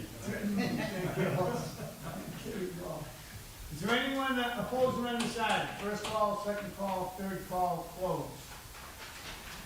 I have no questions. No, we're all set. Ready? Mr. Chairman, regarding case STR 22-7, Yang Hong, right? Yeah. For a special permit to operate a short-term rental on the premises number 37 Home Street, I make a motion to grant a special permit. Thank you. On the motion, stand on, all in favor? Aye. Opposed, so moved. Thank All you. set, thank you. So, I have one more thing, guys. You're all set. Oh. I got a letter here, 38 Holmes. I got a letter here, 38 Holmes Street. They want a 6-month extension on their building. Hello, guys? Yeah. I got a 6-month extension for 38 homes. Can we make a motion for 38 homes for a 6-month extension? Mr. Chairman, regarding ZBA case 2134, 38 Home Street, make a motion to grant a 6-month extension to the existing granted permit. Second. On the motion, seeing none, all in favor? Aye. Opposed, so moved. Motion adjourned. That's her name. Motion to adjourn. 637. Across the street, right? Everyone's in favor. Is that your meeting?